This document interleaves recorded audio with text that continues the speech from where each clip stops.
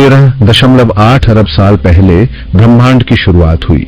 एक पल में कुछ भी नहीं था और अगले ही पल सब कुछ अस्तित्व में आ गया। ये कैसे संभव हुआ? ये सवाल आज भी विज्ञान के हर क्षेत्र के लिए सबसे बड़ा रहस्य है। ये सवाल केवल फिजिक्स और फिलॉसफी के बीच सीमाओं को ही नहीं, बल्कि सिद्धांत और प्रयोग की परिभाषाओं को भी चुनौती देता है। हम जो कुछ भी जानते हैं वह प्रक्रियाओं और कारण प्रभाव के सिद्धांतों पर निर्भर करता है। हम ये समझने की कोशिश करते हैं कि चीजें जिस तरह से हैं वैसी क्यों हैं, लेकिन ब्रह्मांड के बनने का मूल कारण अभी तक अनजाना है। यह सवाल हमारी खोज की कमी नहीं, बल्कि हमारे ज्ञान की सीमाओं को दर्शाता है। प्रसिद्ध कॉस्मोलॉजिस्ट स्टीफन हॉकिंग ने एक बार कहा था कि संभवतः पहले कुछ भी नहीं था। यदि हम स्पेस और टाइम को ब्रह्मांड के बुनियादी गुण माने तो ब्रह्मांड की शुरुआत के साथ ही समय की शुरुआत भी हुई। समय के बिना कोई स्पेस नहीं हो सकता था और स्पेस के बिना कोई ब्रह्मांड नहीं। इस आइडिया को समझने के लिए आप इसे पृथ्वी के उत्तरी ध्रुव की तुलना में समझ सकते हैं। जैसे उत्तरी ध्रुव से आगे कोई उत्तर दिशा नहीं है, वैसे ही ब्रह्मांड की शुरुआत से पहले कोई समय नहीं था। कुछ वैज्ञानिकों का मानना है कि ब्रह्मांड की शुरुआत इन्फ्लेशन नामक एक तेज गति की घटना से हुई, जो बिग बैंग का कारण बनी। यह इन्फ्लेशन एक सेकंड से भी कम समय के लिए हुआ, लेकिन इसी ने हर उस चीज की नींव रखी जो आज मौजूद है। कुछ वैज्ञानिकों के अनुसार यह इन्फ्लेशन केवल हमारे ब्रह्मांड तक सीमित नहीं था। यह अब भी किसी न किसी रूप में जारी है और मल्टीवर्स में नए बबल यूनिवर्स बना रहा है। दूसरी थ्योरी बिग बाउंस की है, जिसमें ब्रह्मांड अनंत चक्रों में फैलता और सिकुड़ता है। समकालीन फिजिसिस्ट जैसे पॉल स्टीनहार्ट ने इस चक्रीय प्रक्रिया को ब्रह्मांड की संरचना समझाने के लिए प्रस्तुत किया। वहीं फिजिसिस्ट रोजर पेनरोज ने स्केल के कॉन्सेप्ट पर ध्यान दिया। उनके मुताबिक ब्रह्मांड का स्केल चाहे कितना भी बड़ा या छोटा हो, वह समय और स्पेस को मिलाकर एक समान कर देता है। सुपरस्ट्रिंग थ्योरी एक और दृष्टिकोण है जो कहती है कि हमारा ब्रह्मांड 11 आयामी हाइपरस्पेस में छोटे कंपन करने वाले स्ट्रिंग्स का नतीजा है। हमारे ब्रह्मांड के 3 डायमेंशंस और समय का एक डायमेंशन मात्र एक ब्रेन है जो उच्च आयामों के टकराव से बने। इन सब के बावजूद यह संभव है कि ब्रह्मांड की उत्पत्ति का जवाब अभी तक हमारी समझ से परे हो सकता है कि गणित और फिजिक्स के किसी अनदेखे कोने में इसका उत्तर छिपा हो। ब्रह्मांड की कहानी 13.8 अरब साल पहले ब्रह्मांड की शुरुआत हुई और इसके बाद से जो कुछ हुआ वह इतिहास बन गया। यह कहानी हमारी सीमाओं को समझने और उन्हें पार करने की एक प्रेरणा है।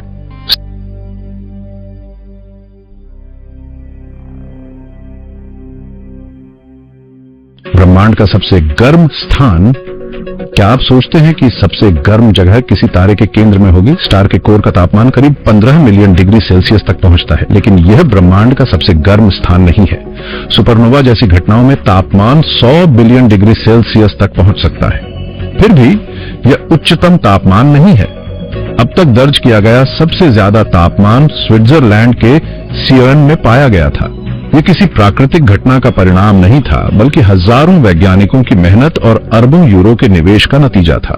सियर्न के लार्ज हैड्रॉन कोलाइडर में, जहां कणों को नियमित रूप से प्रकाश की गति के करीब पहुंचाकर टकराया जाता है, 2012 में 2 लेड परमाणुओं की टक्कर ने कुछ समय के लिए लगभग 5.5 ट्रिलियन डिग्री सेल्सियस का तापमान पैदा किया। यह तापमान सुपरनोवा से 50 गुना ज्यादा गर्म था, लेकिन यह अभी ब्रह्मांड में संभव उच्चतम तापमान के करीब नहीं है। तापमान किसी कण की ऊर्जा, उसकी गति या कंपन की तीव्रता का प्रकटीकरण है। जैसे -273.15 डिग्री सेल्सियस या एब्सोल्यूट जीरो पर कण सैद्धांतिक रूप से पूरी तरह स्थिर हो जाते हैं, वैसे ही एक उच्चतम सीमा भी होती है जिसे प्लैंक टेम्परेचर कहा जाता है। यह लगभग 1.4 गुणा 10 की घात 32 केल्विन होता है। मैक्स प्लैंक नाम के जर्मन भौतिक विज्ञानी ने इस परिकल्पना को प्रस्तुत किया था। वे 20वीं शताब्दी की शुरुआत में क्वांटम फिजिक्स के संस्थापक माने गए। उन्होंने यह सिद्ध किया कि ऊर्जा छोटे छोटे क्वांटा में विभाजित होती है। उनकी परिभाषा में प्लैंक लंबाई दूरी की सबसे छोटी क्वांटम इकाई है, जो करीब 1.6 गुणा 10 की घात -35 मीटर है। यह एक प्रोटॉन से 100 क्विंटिलियन गुना छोटा है। प्लैंक समय वह समय है जो प्रकाश को निर्वात में इस छोटी दूरी को पार करने में लगता है। यह करीब 5.39 गुणा 10 की घात -44 सेकंड होता है। इसी तरह प्लैंक तापमान वह बिंदु है जहां विकिरण रेडिएशन की तरंग दैर्घ्य इतनी छोटी हो जाती है कि वह प्लैंक लंबाई के बराबर हो जाती है। इन पैमानों का महत्व मानव मस्तिष्क इन संख्याओं की विशालता या सूक्ष्मता को समझने के लिए सक्षम नहीं है, लेकिन ब्रह्मांड के प्रारंभिक क्षणों को समझने के लिए ये इकाइयां बेहद उपयोगी हैं। क्योंकि हमारा ब्रह्मांड फैल रहा है और समय के साथ कम घना होता जा रहा है, इसके इतिहास के शुरुआती पलों को जानने के लिए प्लैंक इकाइयों का सहारा लेना पड़ता है। वैज्ञानिक अभी तक यह नहीं जानते कि ब्रह्मांड अनंत है या नहीं, लेकिन अगर यह अनंत है तो यह शुरुआत से ही अनंत रहा होगा। इसका मतलब यह है कि यह समय के साथ घना होने के बजाय शुरू से ही कम घना होता जा रहा है। हमारा ऑब्जर्वेबल यूनिवर्स वह हिस्सा है जिसे हम देख सकते हैं या जिससे बातचीत कर सकते हैं। यह 13.8 बिलियन साल पहले ब्रह्मांड की शुरुआत से प्रकाश की गति से यात्रा करने वाले क्षेत्र तक सीमित है। जैसे जैसे हम समय में पीछे जाते हैं, ब्रह्मांड का यह अवलोकनीय हिस्सा छोटा और अधिक सघन होता जाता है। प्लैंक युग, जो समय और स्थान की शुरुआत के बाद 10⁻43 सेकंड का काल है, ब्रह्मांड का सबसे प्रारंभिक और अजीब समय था। इस समय ब्रह्मांड का व्यास केवल प्लैंक लंबाई के बराबर था और इसका तापमान प्लैंक तापमान तक पहुंच गया था। आज ब्रह्मांड की हर घटना 4 मूलभूत बलों द्वारा नियंत्रित होती है। पहला, स्ट्रॉन्ग फोर्स परमाणुओं के नाभिक को बांधने वाला बल। दूसरा, वीक फोर्स रेडियोधर्मिता को नियंत्रित करने वाला बल। तीसरा, इलेक्ट्रोमैग्नेटिक फोर्स ऊर्जा को लंबी दूरी तक वितरित करने वाला बल। और चौथा, ग्रेविटी, जो हर चीज को अपने गुरुत्वाकर्षण से जोड़ता है। स्ट्रॉन्ग, वीक और इलेक्ट्रोमैग्नेटिक बलों को क्वांटाइज्ड किया जा सकता है। इनके संदेशवाहक कणों को क्रमशः ग्लूओनन, बबेव्यू और जी बोसॉन और फोटॉन कहा जाता है। ग्रेविटी अन्य बलों से अलग है। अल्बर्ट आइंस्टीन ने इसे अपने थ्योरी ऑफ जनरल रिलेटिविटी में स्पेस टाइम की वक्रता के रूप में परिभाषित किया। यह स्पेस टाइम की विकृति है जो हर पदार्थ और ऊर्जा को प्रभावित करती है। जनरल रिलेटिविटी को कई प्रयोगों से सत्यापित किया गया है और इसे ब्रह्मांड के हर कोने में लागू माना जाता है, लेकिन अब भी क्वांटम फिजिक्स और ग्रेविटी को जोड़ने वाली एक एकीकृत थ्योरी का अभाव है। इसलिए प्लैंक युग के दौरान, जब प्रकृति के किसी भी पारंपरिक नियम का अस्तित्व नहीं था, सबसे पहले गुरुत्वाकर्षण प्रकट हुआ। लेकिन यहां एक चुनौती है। गुरुत्वाकर्षण के बारे में हमारी वर्तमान समझ आइंस्टीन के सामान्य सापेक्षता सिद्धांत पर आधारित है, लेकिन इसका परीक्षण केवल बड़े पैमाने पर ही संभव हुआ है। प्लैंक युग के समय हमारा पूरा ब्रह्मांड एक प्रोटॉन से कई ट्रिलियन गुना छोटे क्षेत्र में सिमटा हुआ था। इतनी छोटी स्केल पर सामान्य सापेक्षता काम नहीं करती। इसके बजाय क्वांटम यांत्रिकी का नियंत्रण होता है। यह नियम पदार्थ के उप परमाणु कणों और ऊर्जा के क्वांटम संदेशवाहक कणों पर लागू होता है। ऐसे छोटे पैमानों पर कुछ भी निश्चित नहीं होता। आप जहां कुछ देखने की उम्मीद करते हैं वह वहां नहीं होता, और सिर्फ देखने का प्रयास भी परिणाम को बदल सकता है। क्वांटम भौतिकी में घटनाएं निरपेक्षता में नहीं होती, इसके बजाय संभावनाओं पर विचार किया जाता है। नतीजतन सब कुछ लगातार बदलता रहता है। सौभाग्य से यह क्वांटम दुनिया केवल नैनोस्कोपिक स्तर पर प्रभावी है। बड़े पैमानों पर यह विचित्रता औसत हो जाती है और हमें एक स्थिर वास्तविकता दिखाई देती है। लेकिन प्लैंक युग में, जब सब कुछ नैनोस्कोपिक था, इस अराजक क्वांटम दुनिया से बचना असंभव था। यहीं से यह समझना मुश्किल हो जाता है कि उस समय चीजें वास्तव में कैसे काम करती थीं। सामान्य सापेक्षता और क्वांटम यांत्रिकी मूल रूप से एक दूसरे से असंगत हैं। इसीलिए वैज्ञानिक क्वांटम गुरुत्वाकर्षण नामक समाधान खोजने की कोशिश कर रहे हैं जो इन दोनों सिद्धांतों को जोड़ सके और प्लैंक युग के ब्रह्मांड का सही वर्णन कर सके। हालांकि इसे प्रयोगात्मक रूप से सत्यापित करना लगभग असंभव है। इसके लिए इतनी ऊर्जा की आवश्यकता होगी कि हमारे पूरे सौर मंडल के व्यास के बराबर एक कण त्वरक बनाना पड़े। लेकिन यह चुनौती वैज्ञानिकों को सैद्धांतिक अटकलें लगाने से रोकती नहीं है। एक विचार यह है कि गुरुत्वाकर्षण भी प्रकृति के अन्य बलों की तरह एक क्वांटम संदेशवाहक कण के जरिए संचालित होता है, जिसे ग्रेविटॉन कहा जाता है। लेकिन गुरुत्वाकर्षण अन्य बलों की तुलना में इतना कमजोर है कि इसके कण का पता लगाना लगभग असंभव है। दूसरा सिद्धांत लूप क्वांटम गुरुत्वाकर्षण, लूप क्वांटम ग्रेविटी है। इसमें स्पेस टाइम को एक चिकनी ज्यामिति की बजाय छोटे छोटे पिक्सेल्स की तरह माना जाता है। इस दृष्टिकोण से सामान्य सापेक्षता के समीकरणों को लूप्स के रूप में दोबारा लिखा जाता है, जिससे गणना अधिक आसान हो जाती है। तीसरा प्रमुख सिद्धांत है स्ट्रिंग थ्योरी। यह भौतिकी के बिंदु जैसे कणों को एक आयामी कंपन करने वाले तारों, स्ट्रिंग्स के रूप में देखता है। इन तारों की कंपन अवस्था यह निर्धारित करती है कि कण क्या है, और गुरुत्वाकर्षण का बल भी इन्हीं से परिभाषित होता है। लेकिन स्ट्रिंग थ्योरी को समझाने के लिए कम से कम 10 या 11 आयामों की जरूरत होती है, जिनमें से कुछ आयाम इतने छोटे हैं कि हम उन्हें सीधे नहीं देख सकते।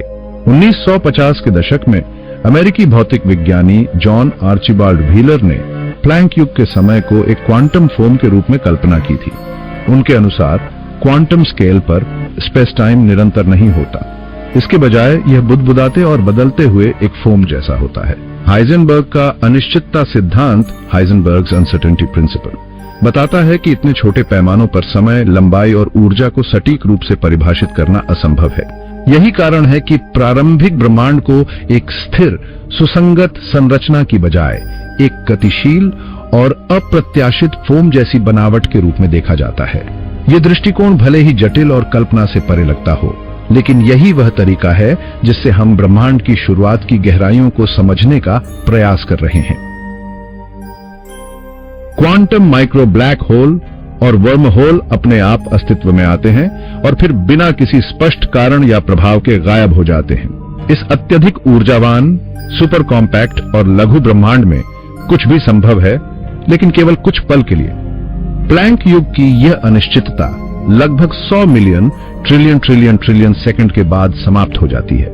इसके बाद ब्रह्मांड धीरे धीरे विकसित होता है, ठंडा होने लगता है और एक नए युग का आरंभ होता है। इस समय ब्रह्मांड ऐसा नहीं दिखता या व्यवहार करता जैसा आज है, लेकिन अब हमारे पास ऐसे सिद्धांत हैं जो कम से कम यह समझाने की कोशिश करते हैं कि उस समय क्या हो रहा था। हमारे ब्रह्मांड का हर पहलू 4 मूलभूत बलों से नियंत्रित और परिभाषित है। कल्पना करें, आप अपना टेलीविजन ऑन करते हैं। गुरुत्वाकर्षण, ग्रेविटी, आपको कुर्सी से चिपकाए रखता है, पृथ्वी के वायुमंडल को सतह के करीब बनाए रखता है और हमारी पृथ्वी को सूर्य की कक्षा में स्थिर रखता है। यह सब आपके अस्तित्व के लिए आवश्यक वातावरण प्रदान करता है। लेकिन गुरुत्वाकर्षण बावजूद इसके महत्व के अपेक्षाकृत कमजोर है। आप अपनी मांसपेशियों की हल्की सी ताकत से रिमोट उठाकर इसे हरा सकते हैं। आपके रिमोट का बटन दबाते ही अदृश्य इंफ्रारेड लाइट, जो कि विद्युत चुंबकीय विकिरण का एक रूप है, लिविंग रूम में बीम करती है। स्क्रीन पर तस्वीरें उभरती हैं जो लाखों छोटे पिक्सेल्स के माध्यम से दृश्यमान प्रकाश उत्पन्न करती हैं। यह भी विद्युत चुंबकीय विकिरण का एक रूप है जो आपकी आंखों तक पहुंचता है। आपकी आंखें, जो स्वयं एक अद्भुत विकासवादी चमत्कार हैं, परमाणुओं के गुणों और विद्युत चुंबकीय बल पर निर्भर करती हैं। परमाणु नाभिक, जिसमें प्रोटॉन और न्यूट्रॉन होते हैं, मजबूत परमाणु बल द्वारा एक साथ बंधा रहता है। लेकिन यह यही खत्म नहीं होता। प्रोटॉन और न्यूट्रॉन 3 उपपरमाण्विक कणों, जिन्हें क्वार्क कहा जाता है, का संयोजन है। ये क्वार्क भी एक विशेष बल के कारण आपस में जुड़े होते हैं। आपके शरीर, टेलीविजन और अस्तित्व में हर परमाणु इस बल पर निर्भर करता है। जैसे ही आपकी आंखें स्क्रीन पर ध्यान केंद्रित करती हैं, आपके मस्तिष्क के भीतर हर सेकंड 200 बार तक न्यूरॉन्स फायर करते हैं। यह समन्वित विद्युत गतिविधि आपके शरीर में पोटेशियम के संतुलन पर निर्भर करती है। पोटेशियम, जो हल्का रेडियोधर्मी है, प्रति सेकंड लगभग 5000 परमाणु क्षय करता है। यह क्षय कमजोर परमाणु बल के कारण होता है। इसी समय 150 मिलियन किलोमीटर दूर सूर्य के केंद्र में हाइड्रोजन का हीलियम में संलयन होता है। यह तारकीय भट्टी ब्रह्मांड को ऊर्जा प्रदान करती है, जो पृथ्वी को रहने योग्य बनाए रखती है। यह शक्तिशाली प्रतिक्रिया कमजोर परमाणु बल पर निर्भर करती है। नाम में भले ही यह कमजोर हो, लेकिन इसका प्रभाव बहुत व्यापक है। गुरुत्वाकर्षण, विद्युत चुंबकत्व और मजबूत और कमजोर परमाणु बल, ये 4 मूलभूत बल मिलकर ब्रह्मांड के हर पहलू को आकार देते हैं। ब्रह्मांड के अरबों वर्षों के इतिहास में इनका योगदान हमेशा से रहा है, लेकिन समय की शुरुआत में परिस्थितियां बिल्कुल अलग थीं। ग्रैंड यूनिफिकेशन युग, जो प्लैंक युग के तुरंत बाद आया, उसमें केवल 2 बल थे। ये कैसे संभव है? इसे समझने के लिए सिक्का उछालने की कल्पना करें। जब सिक्का हवा में घूम रहा होता है तो सिर और पूंछ में अंतर करना लगभग असंभव होता है। केवल जब वह स्थिर होता है तब हम निर्णय कर पाते हैं। इसी तरह उच्च ऊर्जा पर मूलभूत बलों का व्यवहार बदल जाता है। तापमान के बढ़ने पर कमजोर परमाणु बल और विद्युत चुंबकत्व के गुण एक दूसरे में मिल जाते हैं। इस स्थिति में दोनों को अलग अलग पहचानना संभव नहीं होता और वे एक संयुक्त बल, जिसे इलेक्ट्रोवीक फोर्स कहा जाता है, के रूप में दिखते हैं। ऊर्जा को और बढ़ाने पर यह अवधारणा मजबूत परमाणु बल और इलेक्ट्रोवीक फोर्स पर भी लागू होती है। उस समय ये चार मूलभूत बल नहीं बल्कि एक ही बल का हिस्सा थे। यही वह समय था जब ब्रह्मांड की भौतिकी ने एक अलग तरीके से काम किया, उस ऊर्जा को और बढ़ाए। और स्पिनिंग कॉइन की अवधारणा एक बार फिर से स्ट्रॉन्ग फोर्स और इलेक्ट्रोवीक फोर्स पर लागू होती है। जब तापमान पर्याप्त रूप से बढ़ जाता है तो ये बल भी एकीकृत होकर एक हो जाते हैं, जिसे ग्रैंड यूनिफिकेशन के नाम से जाना जाता है। इस अंतिम एकीकरण के परिणाम स्वरूप इलेक्ट्रोस्ट्रॉन्ग फोर्स उभरता है। हालांकि ग्रैंड यूनिफिकेशन का यह सिद्धांत अभी तक प्रयोगात्मक रूप से सिद्ध नहीं हुआ है। कण, त्वरक, पार्टिकल एक्सेलरेटर्स के भीतर ऊर्जावान टकराव हमें इलेक्ट्रोमैग्नेटिक फोर्स और वीक फोर्स के जुड़ने का संकेत तो देते हैं, लेकिन स्ट्रॉन्ग फोर्स को उसी तरह अपनी पहचान खोने के लिए वर्तमान में उपलब्ध ऊर्जा से लाखों गुना अधिक ऊर्जा की आवश्यकता होती है। आज ब्रह्मांड की सबसे ऊर्जावान घटनाएं जैसे सुपरनोवा एक्सप्लोजन्स या ब्लैक होल्स के ध्रुवों से निकलने वाले जेट भी इस स्तर की ऊर्जा तक नहीं पहुंच पाती। सवाल यह भी है कि क्या ग्रेविटेशन, जो चौथा मूलभूत बल है, कभी इस एकीकृत फ्रेमवर्क में शामिल हो सकेगा? यह प्लैंक युग, प्लैंक एरा और क्वांटम ग्रेविटी के विवादास्पद सिद्धांतों के लिए एक बड़ा प्रश्न है। फिर भी ग्रैंड यूनिफिकेशन थ्योरी ब्रह्मांड के शुरुआती समय को समझाने के लिए एक मजबूत दावेदार बनी हुई है। प्लैंक युग की तुलना में लगभग 10 मिलियन गुना अधिक समय तक ब्रह्मांड का विस्तार और ठंडा होना जारी रहा। इसके बावजूद उस समय तक भी ब्रह्मांड इतना छोटा था कि वह एक क्वार्क से भी छोटा था, जो आज ज्ञात सबसे छोटा कण है। इस लघु ब्रह्मांड में अव्यक्त ऊर्जा इतनी संकुचित थी कि तापमान 1 लाख ट्रिलियन केल्विन तक पहुंच गया, जो लार्ज हैड्रन कोलाइडर द्वारा उत्पन्न किए गए तापमान से लाखों गुना अधिक है। यही परिस्थितियां ग्रैंड यूनिफिकेशन एरा के लिए जिम्मेदार थीं, जहां इलेक्ट्रोस्ट्रॉन्ग फोर्स और उसकी विचित्र अंतःक्रियाएं ब्रह्मांड पर हावी थीं।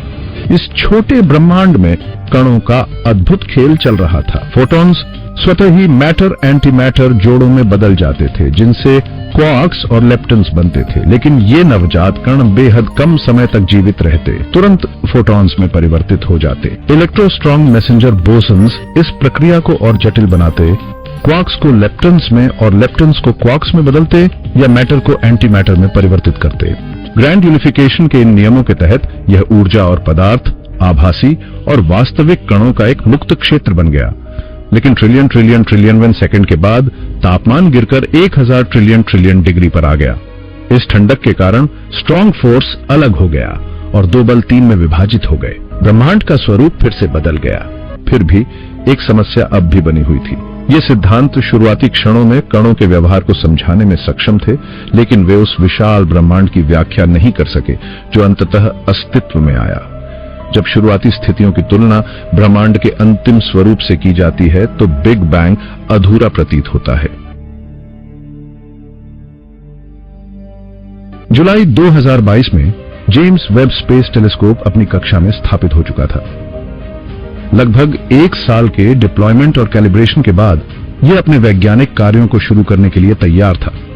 जब इसने अपनी सुनहरी मिरर्स ब्रह्मांड की सबसे गहरी पहुंच पर केंद्रित की तो वैज्ञानिकों को चौंकाने वाली छवियां प्राप्त हुईं। इन छवियों में देखा गया कि बिग बैंग के 200 मिलियन वर्षों बाद ही आकाश गंगाएं बन चुकी थीं और वे किसी भी अपेक्षा से अधिक संरचित थीं। यह खोज खगोल विज्ञान के मौजूदा सिद्धांतों के विपरीत थी। खगोल विज्ञानी एलिसन किर्कपैट्रिक ने इन छवियों को देखकर लिखा कि वह अक्सर रात 3 बजे जाग जाती थीं। सोचती थीं कि क्या अब तक जो भी उन्होंने माना वह गलत था। इस खोज ने बिग बैंग पर सवाल उठाने की चर्चा शुरू कर दी और मीडिया में यह भ्रम फैल गया कि नई दूरबीन ने इस सिद्धांत को खारिज कर दिया है। लेकिन ये आशंकाएं निराधार थीं। किर्कपैट्रिक को केवल आकाश गंगा निर्माण के सिद्धांतों की सीमाओं की चिंता थी, न कि ब्रह्मांड की उत्पत्ति के सिद्धांतों की। प्रारंभिक आकाश गंगाओं की संरचना ने संकेत दिया कि हमारी समझ में कोई कमी है, लेकिन इसका मतलब यह नहीं था कि हमारा पूरा ज्ञान गलत था। यह महज एक चाय के कप में तूफान जैसी स्थिति थी। इस तरह बिग बैंग सिद्धांत फिलहाल सुरक्षित है, लेकिन आधुनिक ब्रह्मांड के गठन के विस्तृत स्पष्टीकरण के संदर्भ में यह सिद्धांत लंबे समय से गंभीर चुनौतियों का सामना कर रहा है। जब हम आज के ब्रह्मांड की विशाल संरचना को देखते हैं तो कई ऐसी बातें सामने आती हैं जो हमारे सिद्धांतों से मेल नहीं खाती। पहली है औसत तापमान। भले ही तारे लाखों डिग्री सेल्सियस पर जलते हों और खाली अंतरिक्ष शून्य से थोड़ा ऊपर ठंडा हो, हर दिशा में ब्रह्मांड का औसत तापमान 2.7 केल्विन ही रहता है, हर जगह पूरे 93 बिलियन प्रकाश वर्ष के व्यास तक। लेकिन यह कैसे संभव है? यदि ब्रह्मांड 14 बिलियन वर्षों से विस्तार कर रहा है, तो 14 बिलियन प्रकाश वर्ष से अधिक दूरी पर स्थित दो बिंदु बिना प्रकाश की गति को तोड़े औसत तापमान कैसे साझा कर सकते हैं? यह समरूपता, होमोजेनिटी शुरुआती ब्रह्मांड में ही मौजूद रही होगी, जो क्वांटम फ्लक्चुएशंस की प्रकृति को देखते हुए बेहद असंभावित लगती है। इसे हॉराइजन प्रॉब्लम कहा जाता है। दूसरी समस्या है ब्रह्मांड की वक्रता, कर्वेचर। आइंस्टाइन के जनरल रिलेटिविटी में बताया गया है कि बड़े पैमाने पर वस्तुएं स्पेस टाइम को मोड़ती हैं, जो फिर उस स्पेस टाइम में पदार्थ की गति और विकास को प्रभावित करता है। छोटे पैमाने पर तारे, आकाश गंगाएं और ब्लैक होल्स स्पेस टाइम में विकृति पैदा करते हैं, लेकिन बड़े पैमाने पर स्पेस टाइम सपाट, फ्लैट दिखाई देता है। यदि ब्रह्मांड में पदार्थ का घनत्व पर्याप्त रूप से अधिक होता, तो स्पेस टाइम सकारात्मक वक्रता, पॉजिटिव कर्वेचर के साथ अपने आप पर मुड़ जाता, जैसे एक गोले की सतह। इससे ब्रह्मांड का विस्तार रुककर उलट सकता था और बिग क्रंच हो सकता था। दूसरी ओर यदि घनत्व कम होता, तो स्पेस टाइम नकारात्मक वक्रता, नेगेटिव कर्वेचर के साथ खुला होता और ब्रह्मांड अनंत तक विस्तार करता। लेकिन जो हम देखते हैं वह एकदम सपाट है। यह फ्लैटनेस प्रॉब्लम के रूप में जाना जाता है। तीसरी समस्या है मैग्नेटिक मोनोपोल की। ब्रह्मांड में इलेक्ट्रिक चार्ज तो पॉजिटिव और नेगेटिव रूप में स्वतंत्र रूप से पाया जा सकता है, जैसे प्रोटॉन्स या इलेक्ट्रॉन्स, लेकिन मैग्नेट के मामले में हमेशा नॉर्थ और साउथ पोल साथ साथ होते हैं। आज तक ब्रह्मांड में एक भी मैग्नेटिक मोनोपोल, एक अकेला मैग्नेटिक पोल नहीं मिला है। इन्हीं समस्याओं पर विचार करते हुए 1979 की दिसंबर की रात को थियोरेटिकल फिजिसिस्ट एलन गथ ने एक अभूतपूर्व समाधान प्रस्तुत किया।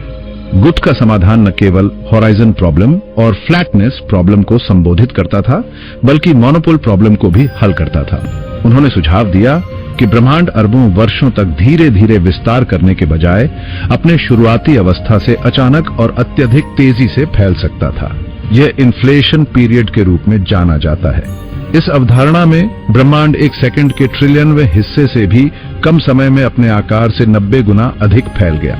इन्फ्लेशन के दौरान घातीय विस्तार, एक्सपोनेंशियल एक्सपेंशन हुआ, जिससे ब्रह्मांड की संरचना और विशेषताएं मौलिक रूप से बदल गई। यह प्रक्रिया इतनी तीव्र थी कि बड़े पैमाने पर संरचनाएं समरूप और सपाट बन गई। इसे समझने के लिए एक कागज के टुकड़े को बार बार आधा मोड़ने की कल्पना करें। हर मोड़ के साथ उसका आकार तेजी से बढ़ता है, और यही इन्फ्लेशन के साथ हुआ। यदि कागज की मोटाई 1 मिलीमीटर के 10वें भाग से शुरू हो, तो पहला मोड़ इसे 2 गुना कर देगा, 2/10वें हिस्से तक। अगला मोड़ इसे लगभग आधे मिलीमीटर जितना मोटा बना देगा। तीसरा मोड़ इसे फिर से 2 गुना कर देगा, और अब इसकी मोटाई एक नाखून जितनी हो जाएगी। यहां तक तो सब सामान्य लगता है, लेकिन जैसे जैसे आप इसे और मोड़ते जाएंगे, मोटाई तेजी से बढ़ती जाएगी। 7 मोड़ों के बाद कागज की मोटाई एक पूरी नोटबुक जितनी हो जाएगी। 10 मोड़ों के बाद यह आपके हाथ की चौड़ाई जितनी मोटी हो जाएगी। इस प्रयोग में वास्तविक विश्व रिकॉर्ड 12 मोड़ों का है, जब 2002 में एक अमेरिकी छात्रा ने 1.2 किलोमीटर लंबे टिश्यू पेपर को मोड़कर आधे मीटर मोटा बंडल बना लिया था। लेकिन अगर एक और बड़ी शीट बनाना और संभालना संभव हो, तो मोड़ों की संख्या बढ़ने पर मोटाई खगोलीय रूप से बढ़ जाएगी। 23 मोड़ों के बाद कागज लगभग 1 किलोमीटर मोटा हो जाएगा। 30 मोड़ों के बाद यह पृथ्वी की सतह से अंतरिक्ष 100 किलोमीटर ऊपर तक पहुंच जाएगा। 42 मोड़ों से यह चंद्रमा तक पहुंच जाएगा, और 51 मोड़ों से यह सूर्य तक। 81 मोड़ों से कागज की मोटाई एंड्रोमेडा गैलेक्सी जितनी चौड़ी हो जाएगी, जो 141,000 प्रकाश वर्ष चौड़ी है। और 90 मोड़ों से ये कन्या super cluster, Virgo super cluster से भी बड़ा हो जाएगा, जो लगभग 130 मिलियन प्रकाश वर्ष चौड़ा है। यह अविश्वसनीय घातीय वृद्धि वही है जिसे एलन गुथ ने पूरे ब्रह्मांड के लिए प्रस्तावित किया था। प्लैंक युग और ग्रैंड यूनिफिकेशन युग की अशांत अवधि के बाद सेकंड के ट्रिलियनवें हिस्से से भी कम समय में गर्म और सघन ब्रह्मांड अपने मूल आकार से एक ऑक्टिलियन 10 की घात 27 गुना बढ़ गया। यही वह घटना थी जिसने बिग बैंग में ऊर्जा को विस्फोटित किया। प्रारंभ में जो ब्रह्मांड अति गर्म और ऊर्जावान था, वह अब विशाल, ठंडा और लगभग खाली हो गया। यह विस्तार बिग बैंग के सिद्धांत को चुनौती देने वाली हॉरिजन प्रॉब्लम, फ्लैटनेस प्रॉब्लम और मैग्नेटिक मोनोपोल प्रॉब्लम जैसे मुद्दों का एक प्रभावशाली समाधान प्रस्तुत करता है। होराइजन प्रॉब्लम का समाधान मुद्रास्फीति की अवधारणा हमें यह मानने की अनुमति देती है कि अवलोकनीय ब्रह्मांड सब कुछ नहीं है, बल्कि सिर्फ एक छोटा हिस्सा है। मुद्रास्फीति से पहले ब्रह्मांड का छोटा और सघन हिस्सा थर्मल संतुलन में था। घातीय विस्तार के कारण यह संतुलन विशाल क्षेत्रों में फैल गया। हमारा अवलोकनीय ब्रह्मांड सिर्फ उस थर्मल समरूपता का एक स्थानीय हिस्सा है।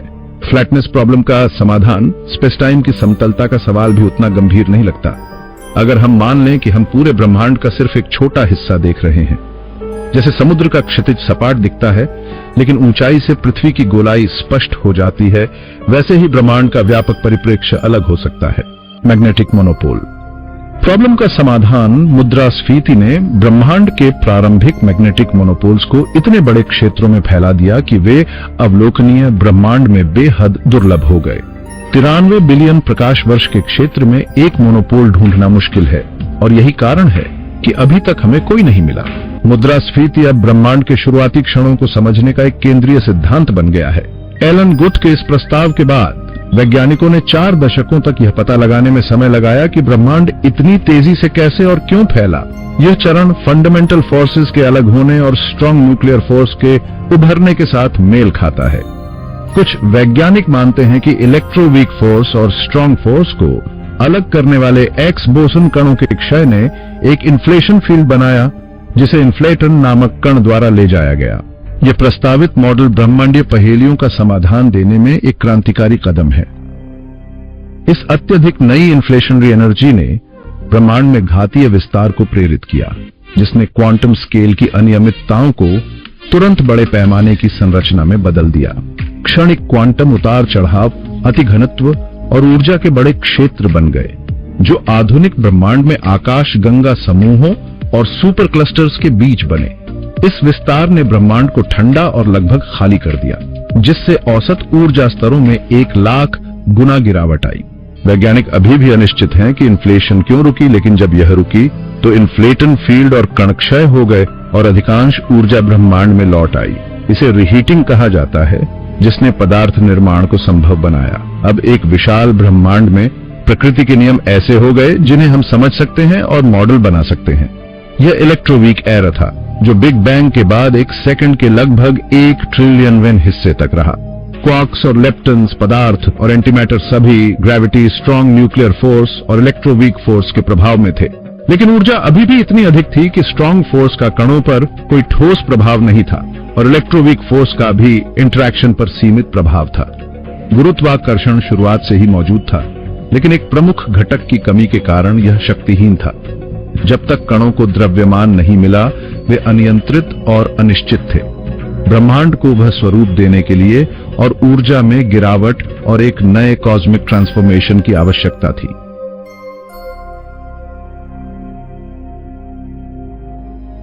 सिमेट्री हर जगह थी। प्रकृति में संतुलन और ज्यामितीय सामंजस्य हर जगह दिखता है, चाहे हमारे शरीर में हो या अन्य जीवों में। हम द्विपक्षीय सममित हैं और यही विशेषता हमें सुंदरता का अनुभव कराती है। स्टारफिश और समुद्री अर्चिन जैसी प्रजातियां रेडियल समरूपता प्रदर्शित करती हैं। वैज्ञानिकों का मानना है कि विकास में इन सममित रूपों की प्राथमिकता सरलता के कारण है। यह मैथमेटिकल सिंप्लिसिटी है जो प्राकृतिक दुनिया में समरूपता का आधार बनाती है। विज्ञान में समरूपता का अर्थ व्यापक है। इसका मतलब है कि कुछ अपरिवर्तित रहता है, चाहे जो भी हो। भौतिकी के नियम, ऊर्जा और गति का संरक्षण और आवेशों का संतुलन सब सममित हैं। फिर भी ब्रह्मांड पूरी तरह से सममित नहीं है। कुछ कण केवल क्लॉकवाइज घूमते हैं और कुछ केवल एंटी क्लॉकवाइज। एंटी मैटर और मैटर में असंतुलन है। कुछ असंतुलन ब्रह्मांड को कार्यशील बनाए रखने में महत्वपूर्ण है, लेकिन यह शुरुआत से ऐसा नहीं था। प्रारंभ में ब्रह्मांड पूरी तरह सममित था। यह संतुलन तापमान में गिरावट के साथ टूट गया, जिससे द्रव्यमान का उद्भव हुआ। जैसे पानी में चरण परिवर्तन वाष्प से तरल और ठोस बर्फ तक होता है, वैसे ही ब्रह्मांडीय तापमान में गिरावट ने ऊर्जा और पदार्थ में परिवर्तन किया। 4 मूलभूत बलों के विभाजन के साथ क्वार्क एरा का आरंभ हुआ, जहां पदार्थ की अंतःक्रियाओं ने ब्रह्मांड को परिभाषित किया। अब तक खोजी गई सबसे बड़ी वस्तु हाइपर जायंट स्टार युवा स्कूटी है। यह हमारे सूर्य से 1700 गुना बड़ा है। यदि यह हमारे सौर मंडल के केंद्र में होता तो इसका बाहरी किनारा बृहस्पति की कक्षा से भी परे होता। और फिर भी सभी तारों की तरह यह तारा भी लगभग पूरी तरह से ब्रह्मांड में पाई जाने वाली सबसे बुनियादी चीजों से बना है, हल्के तत्व हाइड्रोजन और हीलियम के परमाणुओं से। हाइड्रोजन सभी परमाणुओं में सबसे छोटा और सबसे सरल है। इसका नाम ग्रीक शब्द अविभाजित से लिया गया है, जो यह बताने की कोशिश करता है कि यह किसी और छोटे हिस्से में विभाजित नहीं हो सकता। लेकिन 20वीं सदी की शुरुआत में एटॉमिक थ्योरी में हुई क्रांतियों ने यह साबित कर दिया कि परमाणु वास्तव में विभाज्य हैं। इस जानकारी ने हमें न केवल ब्रह्मांड को बेहतर ढंग से समझने में मदद की, बल्कि कुछ सबसे विनाशकारी हथियारों को भी जन्म दिया। हाइड्रोजन और हीलियम भले ही सरल लगते हों, वास्तव में प्रोटॉन्स, न्यूट्रॉन्स और इलेक्ट्रॉन्स से बने होते हैं। ये कण एक जटिल संरचना में आपस में बंधे होते हैं और इन्हें अलग या हेरफेर करना संभव है। लेकिन ये भी पदार्थ के सबसे छोटे कण नहीं है। प्रोटॉन और न्यूट्रॉन स्वयं और भी छोटे कणों के समूह होते हैं, जिन्हें क्वार्क्स कहा जाता है। क्वार्क्स और इलेक्ट्रॉन्स जैसे कण ब्रह्मांड में हर चीज, यहाँ तक कि विशाल तारा UY स्कूटी की विशेषताओं और व्यवहार को नियंत्रित करते हैं। मूलभूत कणों की खोज पिछले 200 वर्षों से भौतिक विज्ञान का एक प्रमुख क्षेत्र रही है। इन कणों की संरचना को समझने के लिए वैज्ञानिक अत्यधिक ऊर्जा का उपयोग करते हैं। यह ऊर्जा कणों को पार्टिकल कोलाइडर्स में तेजी से टकराकर उत्पन्न की जाती है। इन टकरावों के बाद बचे मलबे का विश्लेषण करके वैज्ञानिक हमारे ब्रह्मांड के निर्माण खंडों की गहरी समझ प्राप्त करते हैं। यह अध्ययन standard model of particle physics के रूप में जाना जाता है, जो यह समझाने के लिए पर्याप्त है कि आज ब्रह्मांड जैसा है वैसा क्यों दिखता है। सामान्य पदार्थ प्रोटॉन्स और न्यूट्रॉन्स से बना होता है, जिन्हें सामूहिक रूप से हेड्रॉन्स कहते हैं। लेकिन ये खुद क्वार्क्स के संयोजन से बने होते हैं। क्वार्क्स के अलग अलग गुण होते हैं, जैसे द्रव्यमान, आवेश और स्पिन। इनमें एक और विशेषता होती है जिसे रंग कहते हैं। हालांकि इसका वास्तविक रंग से कोई लेना देना नहीं है। ये केवल यह समझाने में मदद करता है कि वे एक साथ समूह कैसे बनाते हैं। एक प्रोटॉन 2 अप क्वार्क्स और एक डाउन क्वार्क से बनता है, जो इसे सकारात्मक आवेश देते हैं। दूसरी ओर न्यूट्रॉन 2 डाउन और एक अप क्वार्क से मिलकर बना होता है और यह अनावेशित होता है। इसके अलावा क्वार्क्स के अन्य प्रकार भी हैं, जिनके दिलचस्प नाम हैं, जैसे स्ट्रेंज, चार्म, टॉप और बॉटम। ये मिलकर दुर्लभ हेड्रॉन्स बनाते हैं, जो प्रयोगशालाओं के बाहर शायद ही कभी देखे जाते हैं।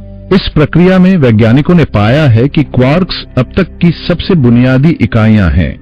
इनकी संरचना में और छोटे कण होने के कोई प्रमाण नहीं मिले हैं। इसी तरह परमाणु नाभिक के चारों ओर परिक्रमा करने वाले इलेक्ट्रॉन्स भी विभाज्य नहीं हैं। इलेक्ट्रॉन्स एक प्रकार के लेप्टॉन्स होते हैं। सामान्य पदार्थ में नकारात्मक रूप से आवेशित इलेक्ट्रॉन का उपयोग होता है, लेकिन पार्टिकल कोलाइडर्स में इसके और भी प्रकार मिलते हैं, जैसे म्यून, टाउ लेप्टॉन और न्यूट्रिनोस।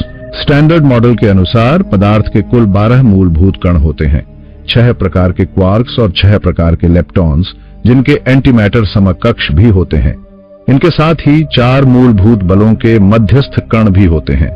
विद्युत चुंबकीय बल के लिए फोटॉन, स्ट्रॉन्ग न्यूक्लियर फोर्स के लिए ग्लूओनन, वीक न्यूक्लियर फोर्स के लिए W और जेट बोसॉन्स। हालांकि यदि कोई आभासी कण गुरुत्वाकर्षण का संचार करने के लिए मौजूद है, तो वह अब तक हमारी खोज से परे है। फिलहाल ये 4 बल और उनके कण पदार्थ की संरचना को समझाने के लिए पर्याप्त हैं। विद्युत चुंबकीय बल के लिए फोटॉन, स्ट्रॉन्ग न्यूक्लियर फोर्स के लिए ग्लूओन, वीक न्यूक्लियर फोर्स के लिए W और Z बोसन्स।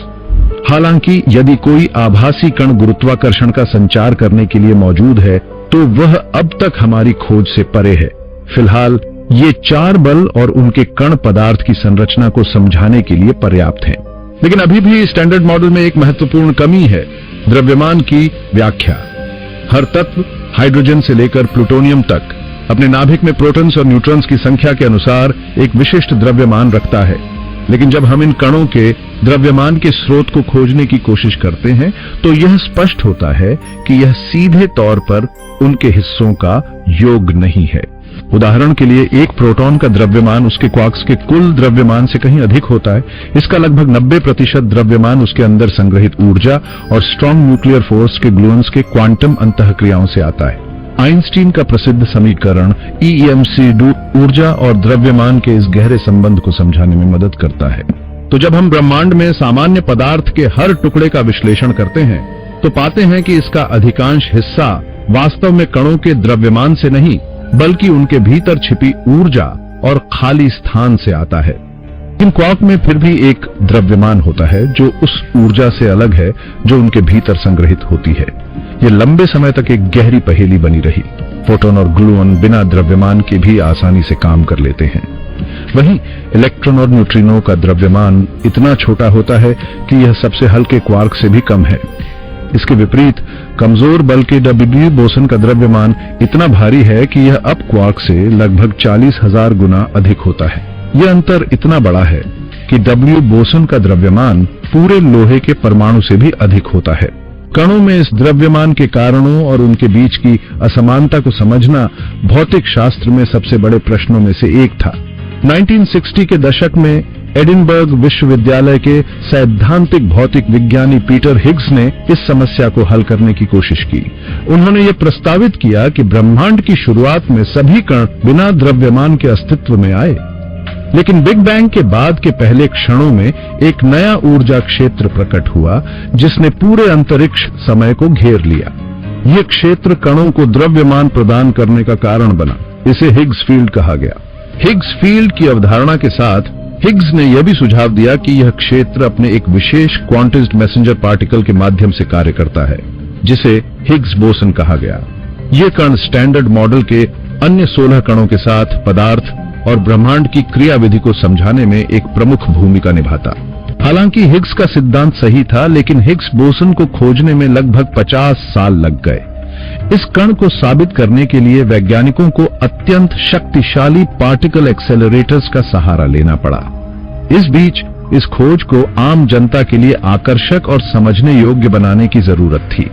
1993 में ब्रिटेन के विज्ञान मंत्री ने इसका सबसे सरल सादृश्य प्रस्तुत करने वाले को शैंपेन की एक बोतल का वादा किया। आखिरकार यूनिवर्सिटी कॉलेज लंदन के भौतिक विज्ञानी डेविड मिलर ने एक अनूठे सादृश्य के साथ यह पुरस्कार जीता। उन्होंने हिग्स फील्ड को एक व्यस्त कॉकटेल पार्टी से जोड़ा।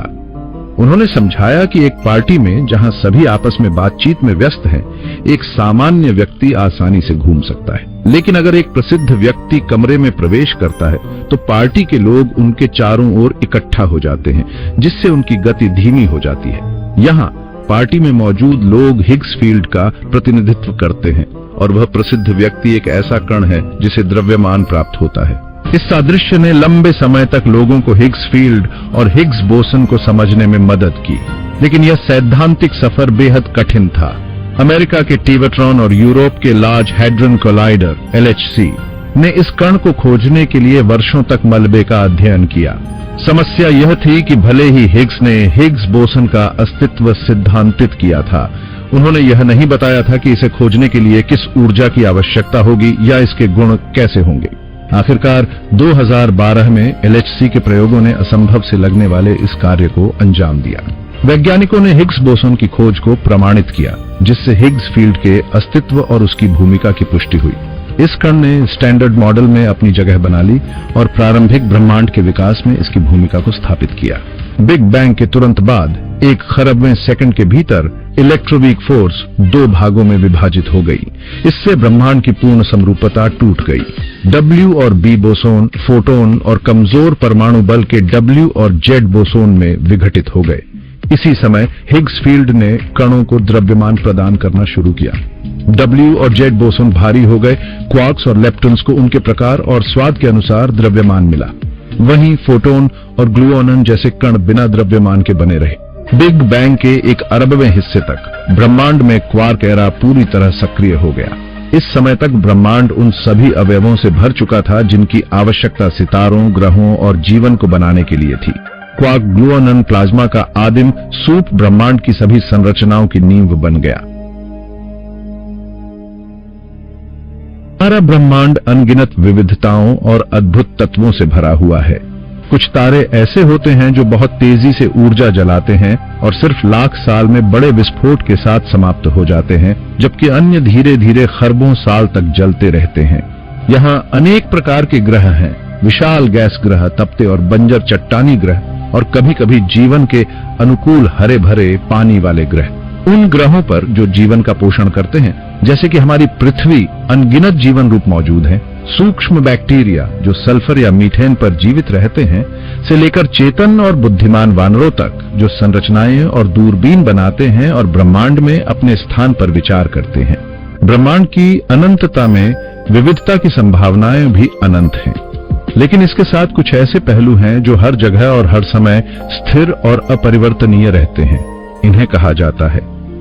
वैज्ञानिकों ने इन स्थिरांकों को उस समय पहचाना जब उन्होंने समझने की कोशिश की कि ब्रह्मांड कैसे काम करता है और क्यों करता है। जैसे एक बुनियादी सीमा है जो 2,99,07,920 मीटर प्रति सेकंड है, या फिर गुरुत्वाकर्षण का सार्वभौमिक स्थिरांक जो यह बताता है कि दो वस्तुएं गुरुत्वाकर्षण के कारण कितनी मजबूती से एक दूसरे को आकर्षित करेंगी।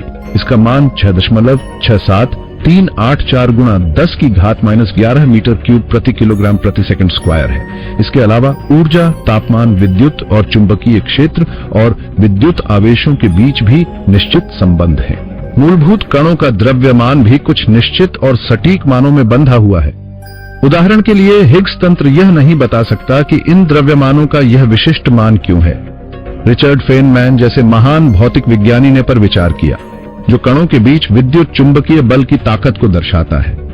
इसका मान लगभग 137 है, लेकिन यह किसी और भौतिक नियम से संबंधित नहीं है और इसका 12, 135 या 3015 न होने का कोई कारण नहीं है। यदि यह मान थोड़ा बड़ा या छोटा होता तो ब्रह्मांड का स्वरूप बिल्कुल अलग होता। गुरुत्वाकर्षण भी ऐसा ही एक उदाहरण है। अगर यह कमजोर होता तो ब्रह्मांड हाइड्रोजन गैस के पतले सूप में बदल जाता, और अगर यह मजबूत होता तो सारा पदार्थ ब्लैक होल या अल्पकालिक तारों में समा जाता, जिससे ग्रहों और जीवन के निर्माण की संभावना समाप्त हो जाती। कुछ वैज्ञानिक मानते हैं कि यह सब केवल संयोग नहीं है। हो सकता है कि हमारा ब्रह्मांड कई अन्य ब्रह्मांडों में से एक हो, जिनकी शुरुआती स्थितियां और मूलभूत स्थिरांक अलग अलग हों। केवल वे ब्रह्मांड जहां ये मान अनुकूल हैं, जीवन और विविधता को जन्म दे पाते हैं। बिग बैंग के शुरुआती सेकंड्स में यह सब बहुत महत्वपूर्ण हो गया। सेकंड का 1 अरबवां हिस्सा बीतने तक ब्रह्मांड में क्वार्क, लेप्टॉन और आभासी कणों की बहुतायत थी, लेकिन इतनी ऊंची ऊर्जा पर ये कण आपस में अर्थपूर्ण तरीके से बातचीत नहीं कर सकते थे। तापमान घटने के साथ लगभग 1 ट्रिलियन डिग्री सेल्सियस पर ग्लूओनन और क्वार्क आपस में क्रिया करना शुरू करते हैं। उदाहरण के लिए प्रोटॉन 3 क्वार्क से बना होता है, 2 अप क्वार्क और 1 डाउन क्वार्क। अब ये क्वार्क स्वाभाविक रूप से एक दूसरे के पूरक नहीं होते। उदाहरण के लिए अब क्वार्क धनात्मक आवेश वाले होते हैं, और जैसा कि हम जानते हैं, समान आवेश एक दूसरे को प्रतिकर्षित करते हैं। इन प्रतिकर्षण बलों को संतुलित रखने और प्रोटॉन को स्थिर रखने के लिए मजबूत परमाणु बल की आवश्यकता होती है, जिसे ग्लूओनन मध्यस्थता करते हैं। लेकिन प्रोटॉन की आंतरिक संरचना जितनी हम सोचते हैं उससे भी अधिक अजीब और पेचीदा है। इसका अधिकांश द्रव्यमान ऊर्जा और क्वांटम गतिकी का परिणाम है। यही नहीं, प्रोटॉन की संरचना स्थिर भी नहीं है। प्रोटॉन के अंदर मौजूद एक क्वार्क कभी-कभी अपने आप चार्म क्वार्क और उसके एंटीमैटर समकक्ष में बदल सकता है। हालांकि यह परिवर्तन बेहद क्षणिक होता है और चार्म क्वार्क तुरंत मूल अवस्था में लौट आते हैं। इस कारण प्रोटॉन को एक लगातार बदलते हुए मिश्रण के रूप में देखा जा सकता है, जिसमें वैलेंस क्वार्क, ग्लूओनन और चार्म क्वार्क शामिल होते हैं। ग्लूओनन और चार्म क्वार्क जैसे आभासी कणों के कारण प्रोटॉन का लगभग 99% हिस्सा ऐसे कणों से बना होता है जो वास्तव में स्थायी रूप से मौजूद नहीं होते। ये विचित्र कार्य प्रणाली ही प्रोटॉन और न्यूट्रॉन को ब्रह्मांड के विकास में इतनी महत्वपूर्ण भूमिका निभाने में सक्षम बनाती है। जब ब्रह्मांड बहुत ही गर्म और सघन अवस्था में था, तब इलेक्ट्रोवीक फोर्स का प्रभाव इतना मजबूत था कि नवगठित प्रोटॉन और न्यूट्रॉन लगातार एक दूसरे में परिवर्तित हो रहे थे। जैसे जैसे ब्रह्मांड ठंडा होता गया, यह प्रक्रिया धीमी हो गई और अंततः फ्रीज आउट हो गया, जिसके बाद प्रोटॉन और न्यूट्रॉन ने स्थायी रूप से अपनी पहचान चुन ली। यहीं पर प्रकृति के नियमों और क्वार्क के द्रव्यमान जैसे स्थिरांकों ने हमारे ब्रह्मांड के भविष्य को आकार दिया। चूंकि डाउन क्वार्क का द्रव्यमान अब क्वार्क से थोड़ा अधिक होता है, न्यूट्रॉन का द्रव्यमान प्रोटॉन से थोड़ा भारी होता है। इस द्रव्यमान के छोटे अंतर ने ब्रह्मांड में प्रोटॉन और न्यूट्रॉन की संख्या में असंतुलन पैदा किया। इस प्रक्रिया ने हर न्यूट्रॉन के लिए लगभग 7 प्रोटॉन का अनुपात सुनिश्चित किया, जो ब्रह्मांडीय रसायन विज्ञान और जीव विज्ञान के विकास के लिए आवश्यक था। अगर यह द्रव्यमान अंतर अलग होता तो शायद प्रोटॉन की जगह न्यूट्रॉन अधिक होते। न्यूट्रॉन अपने अनावेशित स्वभाव और स्थायित्व के कारण हाइड्रोजन और हीलियम जैसे तत्वों के निर्माण को बाधित कर सकते थे। ऐसे में परमाणु संलयन संभव नहीं हो पाता और ब्रह्मांड में तारे, आकाश गंगाएं या जीवन जैसा कुछ भी नहीं बनता। इसलिए हमें इस बात का आभारी होना चाहिए कि ब्रह्मांड ने प्रोटॉन को प्राथमिकता दी। लेकिन यह केवल एक असंतुलन नहीं था जिसने हमारे ब्रह्मांड के विकास को निर्धारित किया। एंटीमैटर की रहस्यमयी कमी ने भी एक महत्वपूर्ण भूमिका निभाई। अगर एंटीमैटर और मैटर की मात्रा बराबर होती तो वे एक दूसरे को नष्ट कर देते और ब्रह्मांड कभी अस्तित्व में नहीं आता। इन घटनाओं के संयोजन ने हमें वह ब्रह्मांड दिया है जिसे हम आज जानते हैं। भविष्य में जब हम ब्रह्मांड की गहराइयों में झांकेंगे तो शायद हमें सभ्यताओं के उभरने और नष्ट होने की कहानियां दिखाई देंगी। यह हमें यह सोचने पर मजबूर करेगा कि हमारी अस्तित्व की यात्रा कितनी जटिल और अद्भुत है। यह दिखाता है कि असहमति, क्षेत्रीयता और संघर्ष इंसानी सभ्यताओं के बीच एक आम विषय रहे हैं और यह मानने का कोई ठोस कारण नहीं है कि आकाशगंगा में भी ऐसा नहीं होता होगा। ठीक पृथ्वी की तरह किसी युद्धग्रस्त एलियन सभ्यता में दुश्मनों पर विजय पाने की होड़ ने हथियारों की दौड़ को जन्म दिया होगा। पत्थर और नुकीले हथियारों से लेकर विस्फोटक प्रोजेक्टाइल, नैनो मशीनरी और परमाणु बम तक सबसे शक्तिशाली हथियार बनाने की यह दौड़ जारी रही। लेकिन तकनीकी रूप से उन्नत ये एलियन इससे भी संतुष्ट नहीं हुए होंगे। उन्होंने अपने प्रयासों को एक और शक्तिशाली ऊर्जा स्रोत पर केंद्रित किया, एंटीमैटर। मानवता की तुलना में अधिक एडवांस टेक्नोलॉजी का इस्तेमाल करते हुए उन्होंने एंटीमैटर के कणों को प्रोड्यूस और अलग करने का तरीका सीख लिया।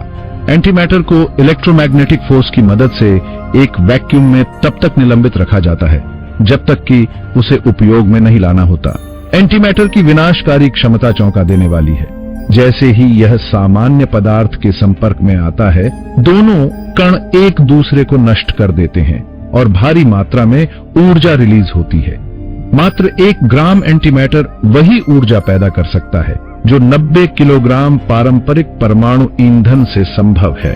हथियारों की इस दौड़ में एंटीमैटर स्टॉक बढ़ता गया, चाहे यह गुस्से में हो, गलती से हो या फिर जानबूझकर। अगर इस एंटीमैटर हथियार का विस्फोट होता है तो इसका असर बेहद भयंकर होगा। पल भर में रात दिन में बदल जाएगी। भीषण लहरें पूरे शहरों को तबाह कर देंगी। युद्धरत गुटों के साथ साथ ग्रह पर बाकी सभी जीवन का भी अंत हो जाएगा। एंटीमैटर का अस्तित्व पहली बार 1928 में ब्रिटिश भौतिक विज्ञानी पॉल डिराक ने भविष्यवाणी किया। उन्होंने आइंस्टीन के को क्वांटम मैकेनिक्स के साथ जोड़ते हुए एक ऐसा समीकरण तैयार किया जो न केवल इलेक्ट्रॉन्स बल्कि उनके पॉजिटिवली चार्ज्ड समकक्षों यानी पॉजिट्रॉन्स पर भी लागू होता था। 1932 में अमेरिकी भौतिक विज्ञानी कार्ल एंडरसन ने क्लाउड चैम्बर में इसे खोजा। 1950 के दशक में कैलिफोर्निया के बेवॉट्रॉन एक्सेलरेटर ने पहला एंटी प्रोटॉन और एंटी न्यूट्रॉन का पता लगाया। 1995 में वैज्ञानिकों ने एंटी हाइड्रोजन परमाणु का निर्माण किया। एंटीमैटर अब हमें विभिन्न प्राकृतिक और वैज्ञानिक प्रक्रियाओं में दिखाई देता है। सुपरनोवा, ब्लैक होल जेट्स और यहां तक कि केले में पोटेशियम के रेडियोधर्मी क्षय के दौरान भी। आज ब्रह्मांड में पदार्थ और एंटीमैटर के बीच भारी असंतुलन है। भौतिकविदों के अनुसार हर क्वाड्रिलियन पदार्थ कणों पर केवल एक एंटीमैटर कण होता है। अगर दोनों की मात्रा बराबर होती तो सभी कण आपस में नष्ट हो जाते और तारे, ग्रह कुछ भी नहीं बन पाते। लेकिन यह असंतुलन कैसे हुआ? यह सवाल आज भी वैज्ञानिकों को परेशान करता है। ब्रह्मांड के शुरुआती सेकंड में पदार्थ और एंटीमैटर समान मात्रा में बने होंगे, लेकिन किसी कारणवश इस संतुलन में बदलाव आया। यह बदलाव कमजोर बल और टूटी हुई समरूपता का परिणाम हो सकता है। एंटीमैटर की इस गुत्थी को समझना मानवता के सामने एक बड़ी चुनौती है, लेकिन यह वैज्ञानिक खोज की सीमा को और आगे बढ़ाने की प्रेरणा भी देता है। में चेन शिंगवू के प्रयोगों से पता चला कि क्वार्क और एंटीक्वार्क प्रकृति के नियमों के अनुसार बिल्कुल समान तरीके से व्यवहार नहीं करते। यह अंतर बहुत छोटा है, लेकिन वैज्ञानिक इसे मापने में सक्षम है। हालांकि यह छोटा सा असंतुलन शुरुआती ब्रह्मांड में एंटीमैटर के बजाय पदार्थ की भारी जीत को समझाने के लिए पर्याप्त नहीं है। वैज्ञानिक मानते हैं कि यह रहस्य शायद किसी ऐसे कण के कारण है जिसे अभी तक खोजा नहीं जा सका है। यह विचार एक अन्य प्रकार की विषमता से जुड़ा है जो हमें स्टैंडर्ड मॉडल में दिखाई देती है। हर कण और उसका एंटी पार्टिकल दाएं और बाएं दोनों रूपों में मौजूद होते हैं। इस समरूपता को भौतिकविद पैरिटी कहते हैं। लेकिन न्यूट्रिनो इसका अपवाद है। वैज्ञानिक केवल बाएं हाथ वाले न्यूट्रिनो और दाएं हाथ वाले एंटी न्यूट्रिनो ही खोज पाए हैं। तो सवाल उठता है, दाएं हाथ वाले न्यूट्रिनो और बाएं हाथ वाले एंटी न्यूट्रिनो कहां हैं? अनुमान है कि ये शुरुआती ब्रह्मांड में मौजूद थे, लेकिन ये अस्थिर थे और जल्दी ही क्षय हो गए। अगर इन कणों ने एंटी मैटर के बजाय पदार्थ में क्षय किया तो यही पदार्थ की जीत का कारण हो सकता है। ये विचार आकर्षक है, लेकिन इसे साबित करना अभी बाकी है। जब तक इन रहस्यमय न्यूट्रिनो के बारे में और जानकारी नहीं मिलती, ये प्रश्न अनुत्तरित रहेगा। जब हम रात के आकाश की गहराई में देखते हैं तो अद्भुत दृश्य दिखाई देते हैं। सर्पिल आकाशगंगाएं, रंगीन निहारिकाएं और क्वासर, जो ब्रह्मांड के सबसे चमकदार स्रोत हैं। क्वासर सुपरमैसिव ब्लैक होल्स के केंद्र में पाए जाते हैं, जो आसपास के पदार्थ और प्रकाश को निगलते हैं। इन क्वासरों के प्रकाश ने एक और अद्भुत विशेषता को उजागर किया है, जिसे लाइमन अल्फा फॉरेस्ट कहा जाता है। अंतरिक्ष का विस्तार और प्रकाश की गति का अर्थ है कि कोई वस्तु जितनी दूर होगी, हम उसे उतना ही पुराने समय में देखेंगे। दूरस्थ क्वासर जो अरबों साल पुराने हैं, उनका प्रकाश लाल शिफ्टेड होता है, यानी वह प्रकाश स्पेक्ट्रम के लाल भाग की ओर खींचता है। लेकिन जब हम इन क्वासरों के स्पेक्ट्रम का विश्लेषण करते हैं तो हमें केवल लाल शिफ्ट नहीं बल्कि और भी दिलचस्प चीजें दिखती हैं। स्पेक्ट्रम में अचानक गिरावटें दिखाई देती हैं, जो हाइड्रोजन गैस के कम घनत्व वाले बादलों के कारण होती हैं। जब प्रकाश इन बादलों से गुजरता है तो कुछ हिस्सा अवशोषित हो जाता है, जिससे स्पेक्ट्रम में ये गिरावटें बनती हैं। ये गिरावटें लाइमन अल्फा फॉरेस्ट के रूप में जानी जाती हैं। इन संरचनाओं का अध्ययन करके खगोलविद प्रारंभिक ब्रह्मांड की रचना और रसायन विज्ञान के बारे में जान सकते हैं। शुरुआत में ब्रह्मांड हाइड्रोजन के इन बादलों से भरा हुआ था। यही हाइड्रोजन बादल सितारों और आकाश गंगाओं की नर्सरी बने। ब्रह्मांड के पहले सेकंड में बहुत कुछ हो चुका था। इस समय इसका तापमान 10 अरब डिग्री सेल्सियस था। कणों और एंटी कणों के बीच मुठभेड़ से भारी मात्रा में ऊर्जा निकल रही थी। धीरे धीरे प्रोटॉन और न्यूट्रॉन के बीच संतुलन बन गया और कणों की आपसी अदला बदली का दौर खत्म हुआ। इस समय तक द्रव्यमान वाले कण हिग्स फील्ड की वजह से स्थिर हो चुके थे। 4 प्रमुख बल, strong nuclear force, electromagnetism, weak nuclear force और ग्रेविटी, अब प्रभाव में आ चुके थे। हालांकि इस अत्यधिक गर्म और ऊर्जावान ब्रह्मांड में इन बलों का व्यवहार अभी भी अनिश्चित था। ब्रह्मांड के पहले सेकंड को समझने के लिए वैज्ञानिकों को अभी लंबा रास्ता तय करना है। हमारे मौजूदा उपकरण उन ऊर्जाओं को उत्पन्न करने में असमर्थ हैं जो उस समय सक्रिय थीं। लेकिन जैसे जैसे हमारी तकनीक उन्नत होगी, हम ब्रह्मांड की इस प्रारंभिक अवस्था के और करीब पहुंच सकेंगे। यह हमारे अस्तित्व और ब्रह्मांड के रहस्यों को समझने में एक नया आयाम जोड़ सकता है। हम अब ब्रह्मांड के ऐसे युग में प्रवेश कर चुके हैं जिसे प्रयोगात्मक भौतिकविद और खगोलविद अधिक स्पष्टता और गहराई से अध्ययन कर सकते हैं। यह वह समय है जब हम अपने ब्रह्मांडीय इतिहास के उस हिस्से तक पहुंच पा रहे हैं जिसे न केवल देखा बल्कि मैप भी किया जा सकता है। अंटार्कटिका के बर्फीले मैदानों में जहां साल के कुछ हफ्तों तक सूरज नहीं डूबता, वैज्ञानिकों ने जनवरी 2005 में आइस क्यूब न्यूट्रिनो वेधशाला का निर्माण शुरू किया। उन्होंने बर्फ में गर्म पानी का उपयोग करते हुए 2.5 किलोमीटर गहरे छेद खोदे। यह प्रक्रिया बेहद चुनौतीपूर्ण थी और इसमें 58 घंटे लगे। इस तरह कुल 80 छेद बनाए गए। आइस क्यूब की यह विशाल सरणी अंटार्कटिका के 1 वर्ग किलोमीटर क्षेत्र में फैली हुई है, लेकिन इसका विशाल आकार ही इसकी एकमात्र विशेषता नहीं है। आमतौर पर दूरबीनें रात के आसमान की ओर देखती हैं, लेकिन आइस क्यूब पृथ्वी के भीतर और उसके आर पार देखता है। इसमें न तो लेंस है, न दर्पण और न ही रेडियो डिश। इसके बजाय इसमें 4000 से अधिक मॉड्यूल हैं, जो गहरे बर्फ में लटके हुए हैं जैसे किसी माला में मोती। ये डिजाइन ब्रह्मांड के सबसे मायावी कण न्यूट्रिनो का पता लगाने के लिए आदर्श है। दुनिया के अन्य हिस्सों में भी इसी तरह की परियोजनाएं चल रही हैं, जैसे सोने की खदानों की गहराइयों में, बैकाल झील के नीचे और जापानी पहाड़ों के बीच। ये सभी न्यूट्रिनो की खोज के लिए समर्पित हैं। 1930 के दशक में कण भौतिकविद वोल्फगैंग पॉली ने परमाणु क्षय के अध्ययन के दौरान न्यूट्रिनो का प्रस्ताव दिया। उन्होंने देखा कि न्यूट्रॉन जब प्रोटॉन और इलेक्ट्रॉन में टूटता है तो थोड़ी ऊर्जा गायब हो जाती है। उन्होंने अंदाजा लगाया कि यह ऊर्जा किसी ऐसे कण की वजह से है जो बहुत छोटा, हल्का और लगभग अदृश्य है। आज वैज्ञानिक जानते हैं कि हर सेकंड 100 ट्रिलियन न्यूट्रिनो हमारे शरीर से गुजरते हैं और हमें इसका बिल्कुल भी आभास नहीं होता। 1951 में अमेरिकी वैज्ञानिक क्लाइड कोवान और फ्रेडरिक रीन्स ने न्यूट्रिनो का पता लगाने का प्रयास शुरू किया। उन्होंने प्रोजेक्ट पोल्टरजिस्ट के तहत परमाणु रिएक्टरों का उपयोग किया और 1956 में पहली बार न्यूट्रिनो का सफलतापूर्वक पता लगाया। इस खोज ने 20 साल से परेशान कर रहे एक भौतिकी के सवाल को हल किया। आज न्यूट्रिनो के अध्ययन में काफी प्रगति हुई है। वैज्ञानिक अब शक्तिशाली कण त्वरक में न्यूट्रिनो उत्पन्न कर सकते हैं। बड़े डिटेक्टर जैसे बैकाल झील इन कणों का पता लगाने के लिए अभी भी महत्वपूर्ण है। न्यूट्रिनो न केवल ब्रह्मांड की गुत्थियों को सुलझाने में मदद करते हैं, बल्कि इसके प्रारंभिक क्षणों की जानकारी भी देते हैं। 168,000 साल पहले बड़े मैगेलेनिक बादल में एक तारा सुपरनोवा में बदल गया। विस्फोट ने अनगिनत न्यूट्रिनो अंतरिक्ष में छोड़े, जो 1987 में पृथ्वी तक पहुंचे। जापानी वैज्ञानिकों ने उनमें से 11 का पता लगाया। इस खोज ने मल्टी मैसेंजर एस्ट्रोनॉमी के युग की शुरुआत की, जहां खगोलविद गुरुत्वाकर्षण तरंगों, इलेक्ट्रोमैग्नेटिक टेलीस्कोप्स और न्यूट्रिनो का उपयोग कर ब्रह्मांड की चरम घटनाओं का अध्ययन करते हैं। न्यूट्रिनो उन वस्तुओं का भी अध्ययन करने का अवसर देते हैं जो प्रकाश के लिए अपारदर्शी होती हैं।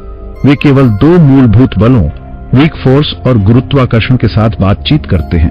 यही कारण है कि वे नेबुला, सितारों और ग्रहों के आर पार बिना किसी रुकावट के गुजरते हैं और हमें ब्रह्मांड की गहराइयों में झांकने का मौका देते हैं। ब्रह्मांड के शुरुआती रहस्यों को समझने के लिए हमें उन अनोखे और अदृश्य कणों की मदद लेनी पड़ती है जिन्हें न्यूट्रिनो कहते हैं। न्यूट्रिनो ब्रह्मांड की उत्पत्ति के कुछ क्षण बाद बने थे और अपने अपारदर्शी वातावरण से बाहर निकलने वाले पहले कणों में से एक थे। बिग बैंग के 1 सेकंड बाद ब्रह्मांड एक अत्यधिक गर्म और घना प्लाज्मा था, जिसमें फोटॉन्स और अन्य कण आपस में टकरा रहे थे। इस समय प्रकाश भी उस प्लाज्मा के बाहर नहीं निकल सकता था। वैज्ञानिकों की पारंपरिक दूरबीनें, जो प्रकाश के आधार पर काम करती हैं, इस कालखंड की जांच नहीं कर सकती, लेकिन न्यूट्रिनो, जो उस समय भी स्वतंत्र रूप से यात्रा कर सकते थे, हमें इस समय की झलक देने में सक्षम है। लगभग 1 सेकंड के बाद ब्रह्मांड का तापमान गिरकर 10 बिलियन डिग्री सेल्सियस हो गया। इस ठंडक के साथ न्यूट्रिनो अन्य कणों से टकराए बिना ब्रह्मांड के आर पार फैलने लगे। इन न्यूट्रिनो ने ब्रह्मांड में एक छाप छोड़ी, जिसे वैज्ञानिक कॉस्मिक न्यूट्रिनो बैकग्राउंड कहते हैं। अगर हम इस छाप का पता लगा सकें तो हमें ब्रह्मांड की तस्वीर उसके जन्म के केवल 1 सेकंड बाद की मिलेगी। शुरुआती ब्रह्मांड के न्यूट्रिनो आज बहुत ही दुर्लभ और कम ऊर्जा वाले हैं। हर घन सेंटीमीटर में केवल 300 ऐसे न्यूट्रिनो मौजूद हैं, जो कि आधुनिक उच्च ऊर्जा न्यूट्रिनो की तुलना में बेहद कम है। इन्हें पकड़ने के लिए हमें अपने उपकरणों की सटीकता को वर्तमान से अरबों गुना बेहतर बनाना होगा। अगर हम इन्हें सीधे पकड़ने में सफल नहीं भी हो पाते, तो भी इनके ब्रह्मांड पर पड़े प्रभावों का अध्ययन कर सकते हैं। इन कणों ने ब्रह्मांड के तापमान और ऊर्जा वितरण में छोटे बदलाव किए थे। यही बदलाव अरबों वर्षों में आज आकाशगंगाओं और बड़े पैमाने की संरचनाओं में तब्दील हो गए। इन संरचनाओं का विश्लेषण करके हम उस समय के ब्रह्मांड की प्रतिध्वनि को सुन सकते हैं। TON 618, जो हमसे 18.2 बिलियन प्रकाश वर्ष दूर है, झांक ब्रह्मांड के सबसे चमकीले और विशाल ब्लैक होल्स में से एक है। यह लगभग 140 ट्रिलियन सूर्यों जितना चमकीला है और इसका द्रव्यमान 66 बिलियन सूर्य के बराबर है। यह इतना विशाल है कि इसका गुरुत्वाकर्षण बल पदार्थ को 10,000 किलोमीटर प्रति सेकंड की गति से अपनी ओर खींचता है। इसके चारों ओर की अक्रीशन डिस्क, जो गिरते हुए पदार्थ से बनी है, इतनी गर्म और चमकीली है कि यह ब्रह्मांड के सबसे बड़े चमकने वाले पिंडों में से एक बन जाती है। TON 618 न केवल अपने आकार और द्रव्यमान के लिए जाना जाता है, बल्कि यह सवाल भी उठाता है कि इतने विशाल ब्लैक होल इतने कम समय में कैसे बने। सुपरमैसिव ब्लैक होल्स, जिनका द्रव्यमान सूर्य से 1 लाख गुना अधिक होता है, बड़ी आकाशगंगाओं के केंद्र में आमतौर पर पाए जाते हैं। माना जाता है कि ये ब्लैक होल अपने आसपास के तारकीय पदार्थ को निगलकर बढ़ते हैं और आकाशगंगाओं के विकास में महत्वपूर्ण भूमिका निभाते हैं। लेकिन इनका निर्माण समय हमारे खगोल भौतिकी मॉडल से मेल नहीं खाता।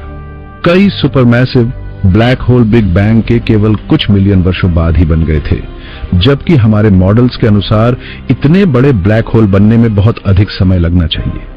कुछ ब्लैक होल्स जैसे 2n618 बिग बैंग के केवल 1 बिलियन वर्षों के भीतर सूर्य के द्रव्यमान से 1 अरब गुना बड़े हो गए थे, जबकि तारा निर्माण के मॉडल्स के अनुसार इस समय तक केवल 1 लाख सौर द्रव्यमान तक के ब्लैक होल बनने चाहिए थे। न्यूट्रिनो और सुपरमैसिव ब्लैक होल्स जैसे रहस्य हमें ब्रह्मांड के शुरुआती समय की ओर इशारा करते हैं। ये कण और पिंड हमें यह समझने में मदद करते हैं कि कैसे बिग बैंग से लेकर आज तक ब्रह्मांड का विकास हुआ। यह खोज न केवल खगोल विज्ञान की सीमाओं को आगे बढ़ा रही है, बल्कि यह सवाल भी उठा रही है कि ब्रह्मांड के विकास के बारे में हमारी समझ अभी कितनी अधूरी है।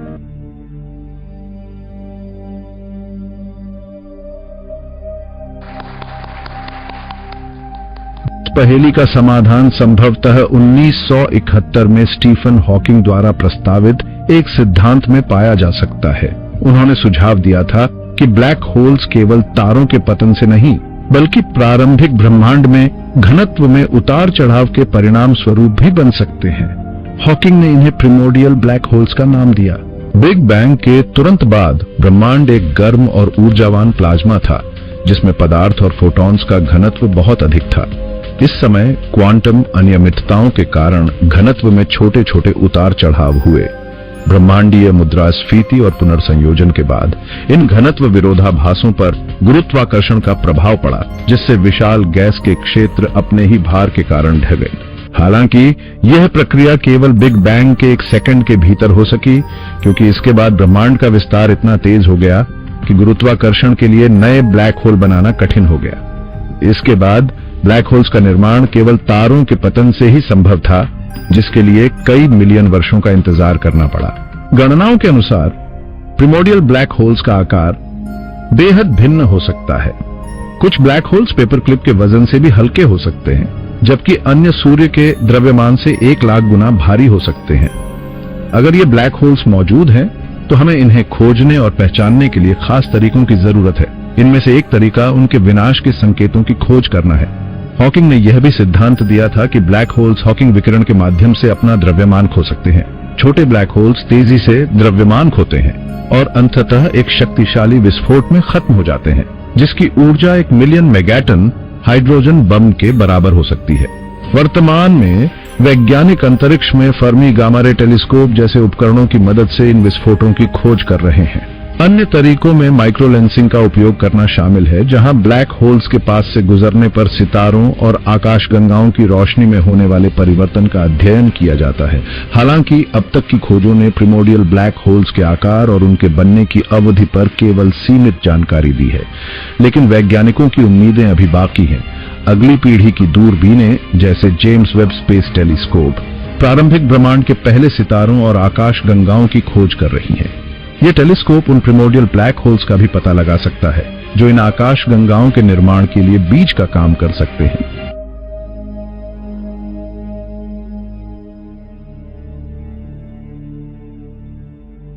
दिसंबर 2022 को कैलिफोर्निया के लॉरेंस लिवरमोर नेशनल लेबोरेटरी में वैज्ञानिकों ने परमाणु संलयन के क्षेत्र में एक ऐतिहासिक उपलब्धि हासिल की। नेशनल इग्निशन फैसिलिटी में 192 शक्तिशाली लेजरों को 1 सेंटीमीटर लंबे सोने के सिलेंडर पर केंद्रित किया गया।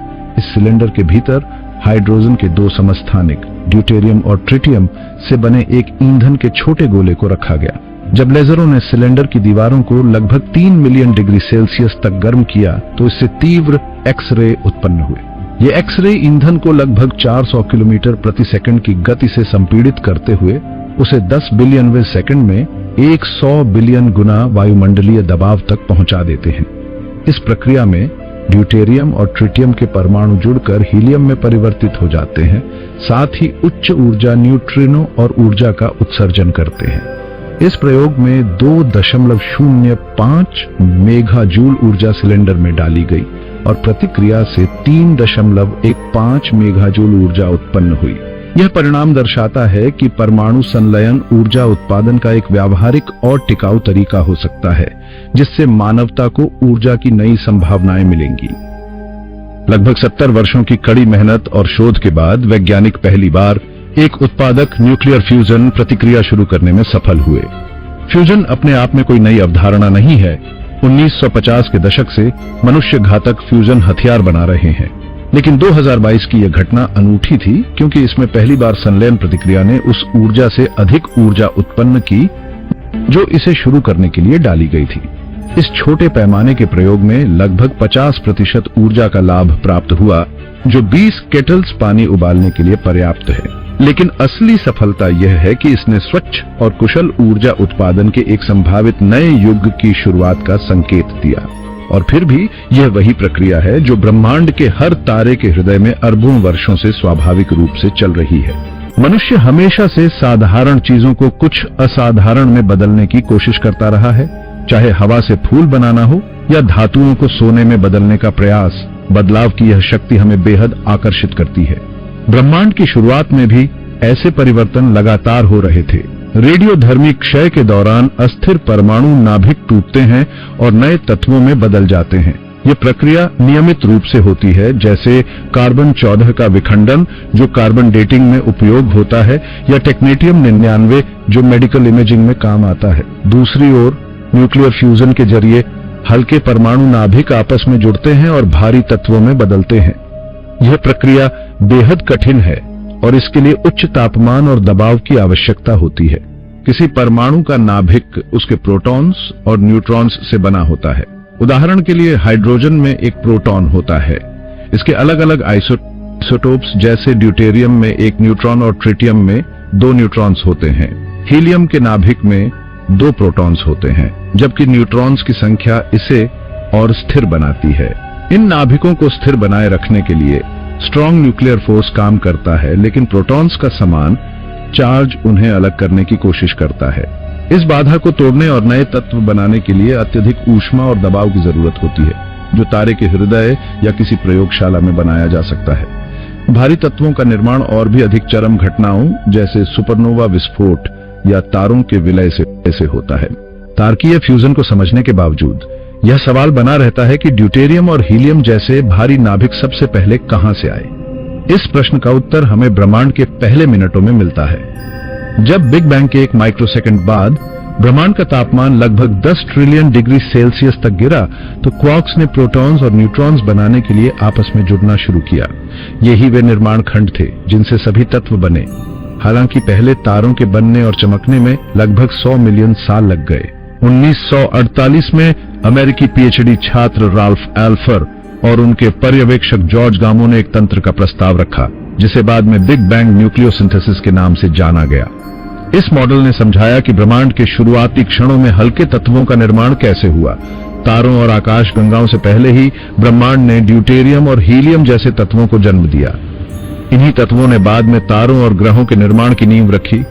इस प्रकार आज वैज्ञानिक जो न्यूक्लियर फ्यूजन प्रयोगशालाओं में दोहरा रहे हैं, वह ब्रह्मांड में अरबों वर्षों से प्राकृतिक रूप से चलने वाली प्रक्रिया का ही एक छोटा सा प्रतिबिंब है।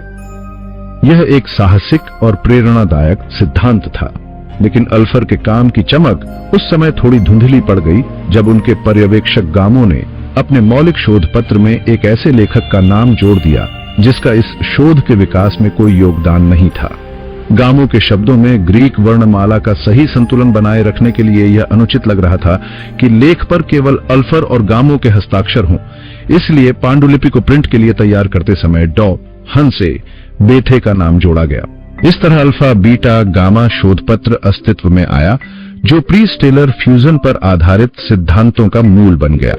आज भी यह इस बात की समझ के लिए आधार प्रदान करता है कि ब्रह्मांड की शुरुआत में अत्यधिक तापमान कैसे हाइड्रोजन को ड्यूटेरियम के माध्यम से हीलियम में बदलने में सक्षम था। प्रोटियम हाइड्रोजन का सबसे हल्का प्रकार केवल एक प्रोटॉन से बना होता है। जैसे ही बिग बैंग के बाद क्वार्क्स ने आपस में मिलकर प्रोटॉन्स का निर्माण किया, हाइड्रोजन नाभिक अस्तित्व में आए। हालांकि यह ध्यान देना जरूरी है कि तटस्थ हाइड्रोजन परमाणु प्रोटॉन और इलेक्ट्रॉन दोनों के साथ बनने में अभी समय था। बिग बैंग के लगभग 10 सेकंड बाद ब्रह्मांड का तापमान इतना गिर गया कि ड्यूटेरियम नाभिक बनने लगे। ड्यूटेरियम में एक प्रोटॉन और एक न्यूट्रॉन होता है, लेकिन उस समय ब्रह्मांडीय तापमान और ऊर्जा इतनी अधिक थी कि ड्यूटेरियम नाभिक अस्थिर बने रहे। जब ये उच्च ऊर्जा फोटॉन से टकराते तो तुरंत टूट जाते। इसे वैज्ञानिक ड्यूटेरियम अड़चन कहते हैं। यह बाधा लगभग 300 सेकंड बाद दूर हुई, जब ब्रह्मांड का तापमान इतना कम हो गया कि ड्यूटेरियम स्थिर रहने लगे। इसके बाद ड्यूटेरियम ने अन्य प्रोटॉन्स और न्यूट्रॉन्स के साथ मिलकर नए तत्व बनाए। 13.8 अरब वर्षों बाद जब कई सितारे बने और नष्ट हुए, ब्रह्मांड में अभी भी लगभग 23% हीलियम मौजूद है। यह बिग बैंग न्यूक्लियोसिंथेसिस की एक अद्भुत पुष्टि है।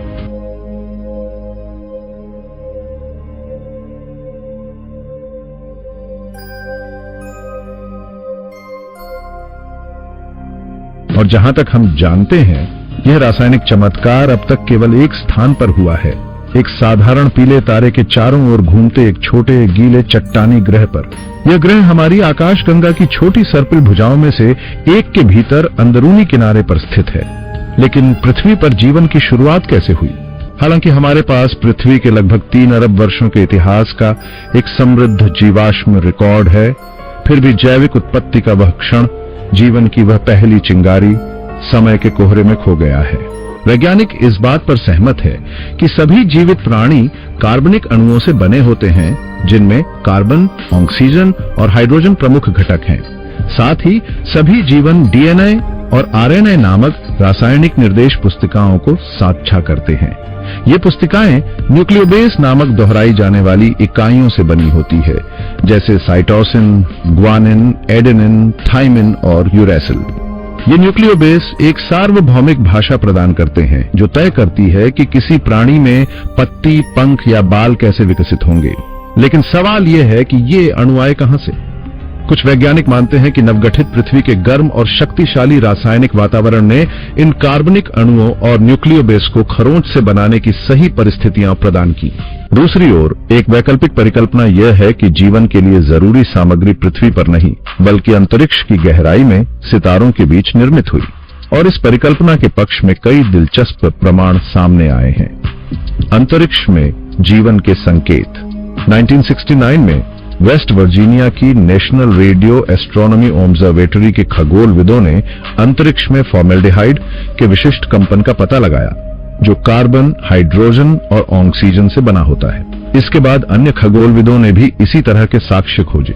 आज वैज्ञानिकों ने अंतरतारकीय बादलों और तारों के चारों ओर 250 से अधिक जटिल कार्बनिक अणुओं की पहचान की है। इनमें एल्डिहाइड, अल्कोहल, एसिड और एमाइन शामिल हैं, जो जीवन के बड़े अणुओं के मूल निर्माण खंड हैं। पृथ्वी पर प्रमाण। पृथ्वी पर उल्कापिंडों के माध्यम से जीवन की सामग्री के आने का विचार भी मजबूत हुआ है। 1864 में फ्रांस के ओनरगुल क्षेत्र में गिरे एक उल्कापिंड में वैज्ञानिकों को कार्बनिक पदार्थ के संकेत मिले। बाद में आधुनिक तकनीकों का उपयोग करके डीएनए और आरएनए के प्रमुख अणुओं जैसे एडेनिन और ग्वानिन की पहचान की गई।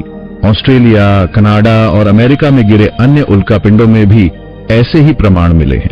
इन खोजों से संकेत मिलता है कि जीवन के लिए जरूरी सामग्री न केवल पृथ्वी पर बल्कि ब्रह्मांड में कहीं और भी स्वाभाविक रूप से बन सकती है।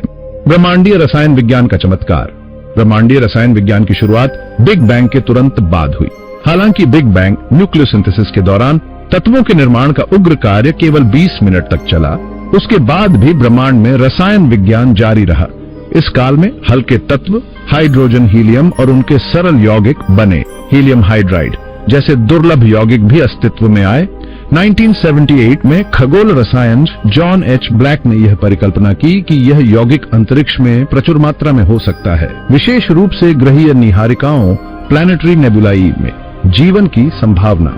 आज तक यह स्पष्ट नहीं है कि जीवन की उत्पत्ति पृथ्वी पर हुई या यह किसी बाहरी स्रोत से आई। लेकिन जो बात स्पष्ट है वह यह है कि ब्रह्मांड में रासायनिक प्रक्रियाओं की स्वाभाविक क्षमता है। यह क्षमता न केवल जीवन के निर्माण को संभव बनाती है, बल्कि हमें इस बात की ओर इशारा करती है कि जीवन केवल पृथ्वी तक सीमित नहीं हो सकता। ब्रह्मांड के ये अद्भुत तथ्य विज्ञान और जीवन की अनंत संभावनाओं को उजागर करते हैं। अतिथापित नेबुला में हीलियम हाइड्राइड आयनों का निर्माण दो तत्वों के बीच अंतःक्रिया का परिणाम है, लेकिन इस अणु को खोज पाना हमेशा से चुनौतीपूर्ण रहा है। एक लंबी और कठिन खोज ने वैज्ञानिकों को निराश किया, जब तक कि 2019 में एक नई और उन्नत तकनीक ने असंभव दिखने वाले लक्ष्य को साकार नहीं किया। आधुनिक दूरबीनें आमतौर पर या तो जमीन पर, पहाड़ों की चोटियों पर स्थापित की जाती हैं, जहां वे प्रकाश, प्रदूषण, वायुमंडलीय विकृति और मौसम के प्रभाव से बचती हैं। या फिर अंतरिक्ष में भेजी जाती हैं, जहां ये समस्याएं पूरी तरह समाप्त हो जाती हैं। लेकिन ने कुछ अलग किया। ये एक अनुकूलित बोइंग 747 विमान पर स्थित थी, जिसमें 2.7 मीटर चौड़ी दर्पण वाली दूरबीन विमान के पिछले दरवाजे से बाहर की ओर इशारा कर रही थी। यह दूरबीन 43,000 फीट की ऊंचाई पर उड़ती थी, जहां पृथ्वी के वायुमंडल में मौजूद पानी से ऊपर उठकर वह ऐसे प्रकाश तरंग दैर्घ्य का अध्ययन कर सकती थी जिन्हें जल वाष्प आमतौर पर अवशोषित कर लेता है। इस दूरबीन से जुड़ा उपकरण German receiver for astronomy at terahertz frequencies विशेष रूप से डिजाइन किया गया था। इसकी उच्च सटीकता ने वैज्ञानिकों को हीलियम हाइड्राइड आयनों के सूक्ष्म और ओवरलैपिंग सिग्नेचर को पहचानने की अनुमति दी। 2019 में 3 दिनों तक चलने वाले अवलोकन में यह दूरबीन NGC 7027 नेबुला में हीलियम हाइड्राइड आयनों की पहचान करने में सफल हुई। ये नेबुला पृथ्वी से लगभग 3000 प्रकाश वर्ष दूर सिग्नस तारामंडल की दिशा में स्थित है और सबसे चमकदार नेबुलाओं में से एक है। यह खोज विज्ञान के लिए एक ऐतिहासिक जीत थी। यह न केवल अंतरिक्ष रसायन विज्ञान में एक नई उपलब्धि थी, बल्कि यह प्रारंभिक ब्रह्मांड में मौजूद परिस्थितियों की बेहतर समझ प्रदान करती है। बिग बैंग न्यूक्लियोसिंथेसिस ने ब्रह्मांड के पहले 20 मिनट में ही हाइड्रोजन, हीलियम और ड्यूटेरियम जैसे तत्वों का निर्माण कर दिया था। लेकिन शुरुआती ब्रह्मांड में अत्यधिक गर्मी और ऊर्जा के कारण ये तत्व इलेक्ट्रॉनों को स्थिर रूप से पकड़कर तटस्थ परमाणु नहीं बना पा रहे थे। जब ब्रह्मांड का तापमान 4000 केल्विन तक गिरा तो परमाणु नाभिक ने आयनीकरण ऊर्जा के आधार पर एक क्रम में संयोजित होना शुरू किया। इस प्रक्रिया में हीलियम ने पहला तटस्थ परमाणु बनाने में प्रमुख भूमिका निभाई। हीलियम को एक महान गैस माना जाता है क्योंकि यह बहुत निष्क्रिय है। इसका एक इलेक्ट्रॉन अलग करने के लिए बहुत अधिक ऊर्जा की आवश्यकता होती है। लेकिन प्रारंभिक ब्रह्मांड में जब अन्य सभी आयन सक्रिय थे, हीलियम ने इलेक्ट्रॉनों को आकर्षित करके पहले तटस्थ अणुओं का निर्माण किया। हीलियम और हाइड्रोजन के संयोजन ने पहला रासायनिक बंधन बनाया और इस प्रक्रिया में हीलियम हाइड्राइड आयन का निर्माण हुआ। यह आयन अस्थिर था, लेकिन इसने अन्य अणुओं के निर्माण की राह खोल दी, जो बाद में अंतरिक्ष रसायन विज्ञान का आधार बने। आज खगोल रसायन विज्ञान एक उन्नत क्षेत्र है जो अंतरिक्ष में पाए जाने वाले अणुओं और उनके निर्माण की प्रक्रियाओं का अध्ययन करता है। ब्रह्मांड में पानी और अमोनिया जैसे आम यौगिक तो हैं ही, लेकिन कई अजीब और जटिल अणु भी मौजूद हैं, जैसे H2Cl+ और HO2। हालांकि ये सभी अणु जो बाद में बने अपनी उत्पत्ति हीलियम हाइड्राइड आयन से जोड़ते हैं। यह ब्रह्मांड का पहला अणु था जिसने रसायन विज्ञान को अस्तित्व में आने का मौका दिया।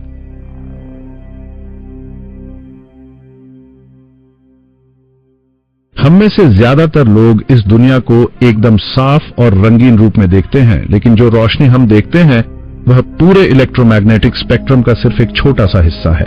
यह स्पेक्ट्रम लगातार हमारे चारों तरफ मौजूद रहता है, चाहे हम उसे देख पाएं या नहीं।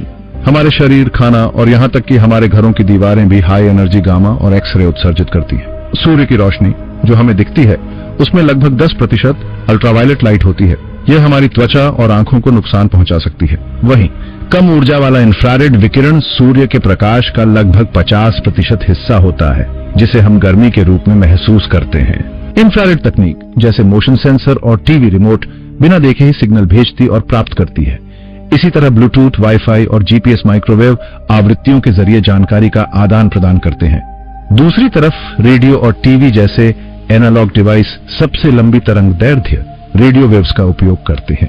ये सभी तरंगें हर वक्त हर दिशा से हमारे चारों तरफ मौजूद रहती हैं। ब्रह्मांड का प्रारंभ और पहली रोशनी। ब्रह्मांड के शुरुआती समय में यह रोशनी से भरा हुआ था, लेकिन पूरी तरह अपारदर्शी। बिग बैंग के तुरंत बाद ऊर्जा ने पदार्थ का रूप ले लिया और उप परमाणु कण बनने लगे। इन कणों का घनत्व और ऊर्जा इतनी ज्यादा थी कि फोटॉन्स उसमें फंस गए थे। लाखों सालों बाद जैसे जैसे ब्रह्मांड ठंडा हुआ, परमाणु बनने शुरू हुए। परमाणु संरचना और उनका महत्व। हर चीज के निर्माण के लिए अनगिनत परमाणुओं की जरूरत होती है। उदाहरण के लिए एक इंसानी शरीर में लगभग 7 ऑक्टिलियन परमाणु होते हैं। इन परमाणुओं की असली खासियत उनके इलेक्ट्रॉन्स में होती है। इलेक्ट्रॉन्स जो नकारात्मक आवेश वाले लेप्टॉन हैं, प्रोटॉन्स की तुलना में 2000 गुना हल्के होते हैं। क्वांटम फिजिक्स इनका व्यवहार नियंत्रित करता है और हम कभी भी इलेक्ट्रॉन की सटीक स्थिति या गति नहीं जान सकते। यह इलेक्ट्रॉन्स ही हैं जो परमाणु को उसकी स्थिरता देते हैं। ब्रह्मांडीय परिवर्तन। बिग बैंग न्यूक्लियोसिंथेसिस के दौरान सकारात्मक आवेश वाले परमाणु नाभिक बने। विद्युत चुंबकीय बल ने नकारात्मक इलेक्ट्रॉन्स को नाभिक के साथ जोड़कर तटस्थ परमाणु बनाए। हाइड्रोजन एक इलेक्ट्रॉन को पकड़ता है जबकि हीलियम 2 को। लेकिन यह प्रक्रिया इतनी सरल नहीं थी। ब्रह्मांड को ठंडा होने में 3,80,000 साल लगे जिससे इलेक्ट्रॉन्स स्थिर हो सके और पहले परमाणु बने। इसके बाद ही ब्रह्मांड में खाली स्थान और संरचना संभव हो पाई। निष्कर्ष, ये पूरी प्रक्रिया यह दिखाती है कि कैसे ब्रह्मांड ने ऊर्जा और पदार्थ के संतुलन से खुद को आकार दिया। जो चीजें आज हमारे लिए सामान्य लगती हैं, वे वास्तव में जटिल और अद्भुत प्रक्रियाओं का परिणाम हैं। सैकड़ों हजारों सालों तक फोटॉन्स एक घने, गर्म और अपारदर्शी भूल भुलैया में फंसे हुए थे। लेकिन अचानक जैसे ही ब्रह्मांड ठंडा हुआ, इन फोटॉन्स को रास्ता मिल गया। वे अपनी बाधाओं से मुक्त हो गए और बिना किसी अन्य कण से टकराए सीधी रेखाओं में यात्रा करने लगे। ये वही पहली रोशनी थी जिसने ब्रह्मांड को पारदर्शी बना दिया। वह ब्रह्मांड जो पहले पूरी तरह प्लाज्मा था, अब गैस में बदल चुका था और अराजकता से भरा यह क्षेत्र एक सुसंगत संरचना में बदल गया। ब्रह्मांड के पूरे इतिहास में पहली बार इस रोशनी ने हमें यह देखने का मौका दिया कि शुरुआती समय में क्या हो रहा था। विज्ञान में ऐसी खोजें बहुत दुर्लभ होती हैं जो सिर्फ संयोग से हो जाएं, और नोबेल पुरस्कार तक ले जाने वाली खोजें तो और भी कम।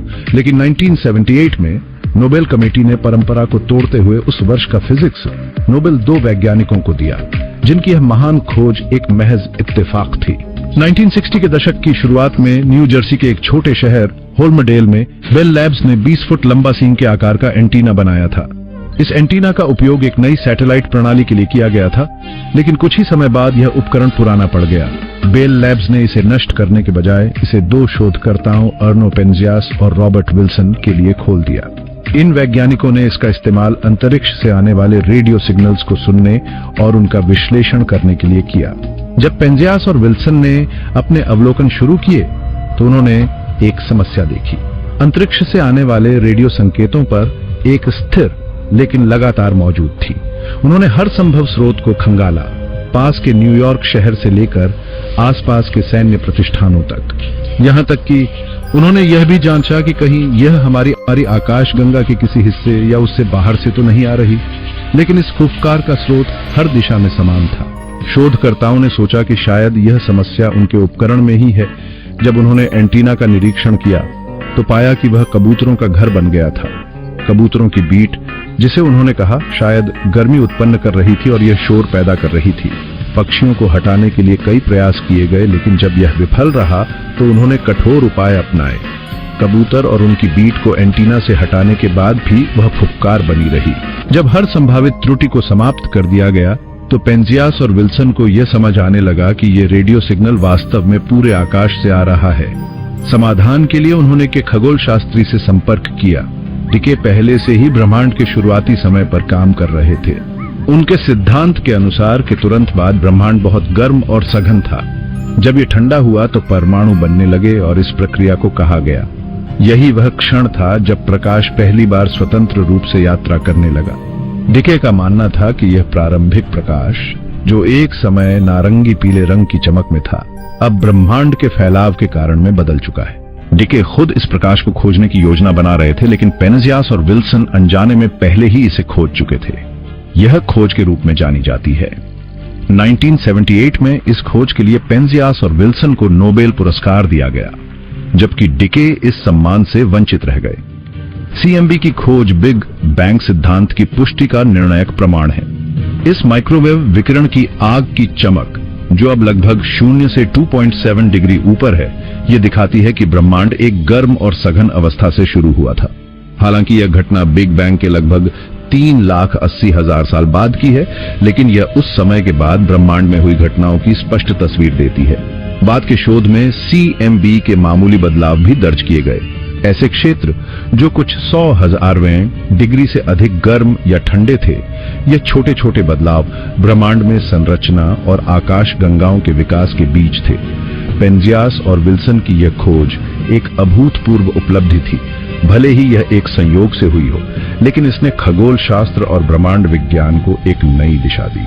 सीएमबी न केवल ब्रह्मांड की उत्पत्ति को समझने में मदद करता है, बल्कि यह दिखाता है कि कैसे हमारे ब्रह्मांड ने शुरुआत से ही विकास किया। कॉस्मिक बैकग्राउंड एक्सप्लोरर, वो भी Wilkinson microwave anisotropy probe WMAP और प्लैंक टेलीस्कोप जैसी परियोजनाओं ने कॉस्मिक माइक्रोवेव बैकग्राउंड CMB का मानचित्रण करना ब्रह्मांड विज्ञान की प्राथमिकता बना दिया। इन प्रयासों ने 3,80,000 साल पुराने ब्रह्मांड की ऊर्जा और घनत्व में भिन्नताओं की विस्तृत छवियां प्रदान की। ये घनत्व भिन्नताएं वास्तव में ब्रह्मांड की विशाल संरचना के बीज थीं। जहां घनत्व अधिक था, वहां अधिक पदार्थ खींचता गया, जिससे क्षेत्र और सघन होते गए। लगभग 100 मिलियन वर्षों के भीतर ये अति घनत्व क्षेत्र इतने बड़े हो गए कि वहां पहले तारे और आकाश गंगाएं बनने लगी। ये भिन्नताएं हमें यह अनुमान लगाने में मदद करती हैं कि ब्रह्मांड के प्रारंभिक समय में यह संरचनाएं कहां थीं। CMB में दिखाई देने वाली भिन्नताएं काफी हद तक यादृच्छिक लगती हैं, और यह स्वाभाविक भी है क्योंकि ये बिग बैंग के बाद के पहले सेकंड में मुद्रास्फीति के कारण उत्पन्न हुई। इस प्रक्रिया में उप परमाणु स्तर के क्वांटम उतार चढ़ाव ने बड़े पैमाने पर ब्रह्मांडीय संरचनाओं का आधार बनाया। जब ब्रह्मांड अभी अपारदर्शी प्लाज्मा से भरा हुआ था, तब यह इतना सघन था कि इसके भीतर ध्वनि तरंगें यात्रा कर सकती थीं। ये तरंगें गुरुत्वाकर्षण के खिंचाव और प्लाज्मा में फंसे फोटॉन्स के प्रतिरोध के बीच पैदा हुई। गुरुत्वाकर्षण घनत्व के केंद्रों की ओर पदार्थ खींचता था, लेकिन फोटॉन्स उस घने पदार्थ को बाहर की ओर धकेल देते थे। ये प्रक्रिया 3 आयामों में फैलती हुई संकेंद्रित तरंगों का जटिल पैटर्न बनाती थी, जैसे तालाब में गिरने वाली बारिश की बूंदें। ये तरंगें, जिन्हें बैरियोनिक ध्वनिक दोलन कहा जाता है, ब्रह्मांड के प्रारंभिक पदार्थों के माध्यम से संपीड़न तरंगों की तरह काम करती थीं। जब ब्रह्मांड लगभग 3000 केल्विन के तापमान तक ठंडा हो गया, तो परमाणुओं का निर्माण शुरू हुआ और फोटॉन्स प्लाज्मा से मुक्त होकर स्वतंत्र रूप से यात्रा करने लगे। इसके कारण बैरियोनिक ध्वनिक दोलन थम गए और घने पदार्थ वहीं रुक गए जहां तक वे फोटॉन्स द्वारा धकेले गए थे। आज 13.8 अरब साल बाद इन जमी हुई तरंगों के पैटर्न को ब्रह्मांड की संरचनाओं जैसे आकाश गंगा समूहों और सुपर क्लस्टर्स में देखा जा सकता है। खगोल शास्त्रियों ने पाया है कि इन बैरियोनिक ध्वनिक दोलनों की वर्तमान लंबाई लगभग 150 मेगापार्सेक यानी 500 मिलियन प्रकाश वर्ष है। बैरियोनिक ध्वनिक दोलनों के पैटर्न खगोल शास्त्रियों को मानक शासक प्रदान करते हैं, जिससे वे ब्रह्मांड के विस्तार की दर को माप सकते हैं। ये जानकारी हमें यह समझने में मदद करती है कि ब्रह्मांड कैसे विकसित हुआ और भविष्य में इसका स्वरूप कैसा होगा। CMB, जो ब्रह्मांड के पहले प्रकाश की छवि है, अब फैलकर कमजोर हो चुकी है और एक धुंधली छाया बन गई है। लेकिन इसे पूरी तरह हमारी दृष्टि से गायब होने में अभी खरबों वर्ष लगेंगे। इसका मतलब है कि भविष्य के खगोल शास्त्रियों के पास ब्रह्मांड के रहस्यों को समझने का पर्याप्त समय होगा।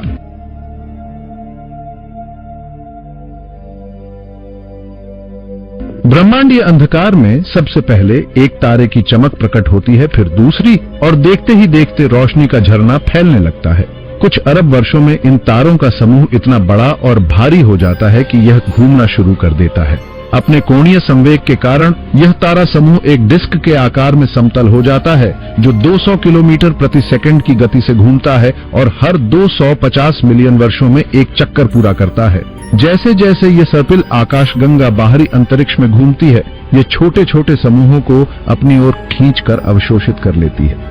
अन्य आकाश गंगाओं से टकराव के परिणाम स्वरूप ये नई गैस और पदार्थ प्राप्त करती है, जिससे तारों के निर्माण की प्रक्रिया तेज हो जाती है। लगभग 10 अरब साल पहले हमारी आकाश गंगा अपने चरम पर थी। इसके सर्पिल भुजाओं में विशाल तारे पैदा हो रहे थे, जो उग्रता से जलते थे और नाटकीय तरीके से समाप्त होते थे। ये तारे अपनी प्रक्रिया के बाद भारी तत्वों को आकाश गंगा में वापस लौटा देते थे।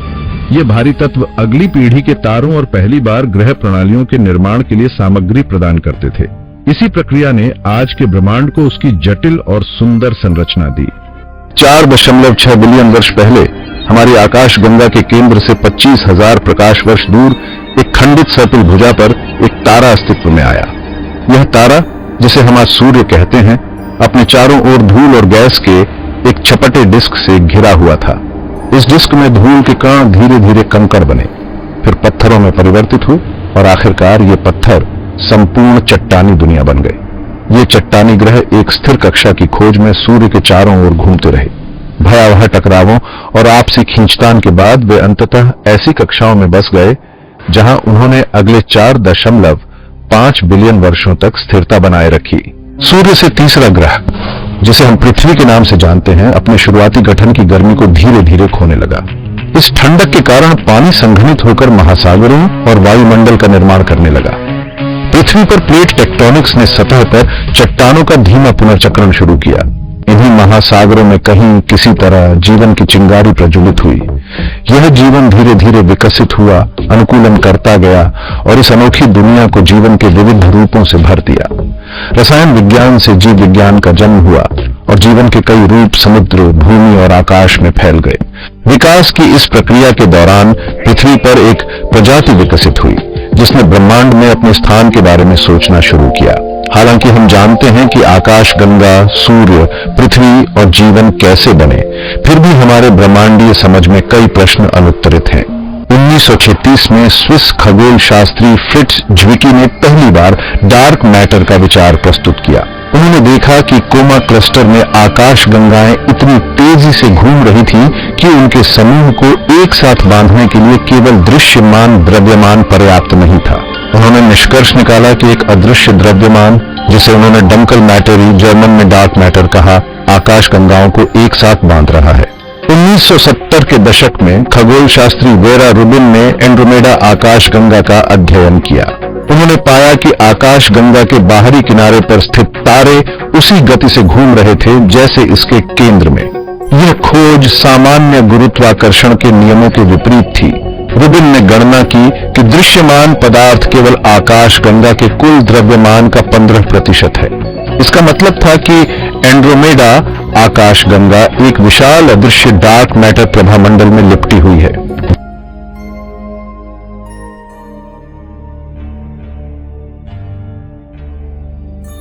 बिग बैंग के 3,80,000 साल बाद जब ब्रह्मांड ने ठंडा होकर परमाणुओं का निर्माण किया तो प्रकाश अपने पदार्थ की जेल से मुक्त हो गया।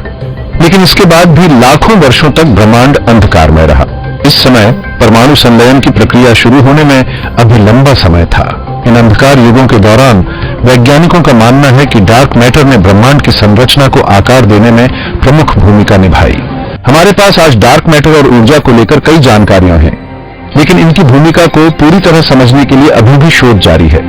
डार्क मैटर ब्रह्मांड के विकास की गुमशुदा कड़ी हो सकती है, जो आकाश गंगाओं के निर्माण और जीवन की संभावना को गहराई से प्रभावित करती है।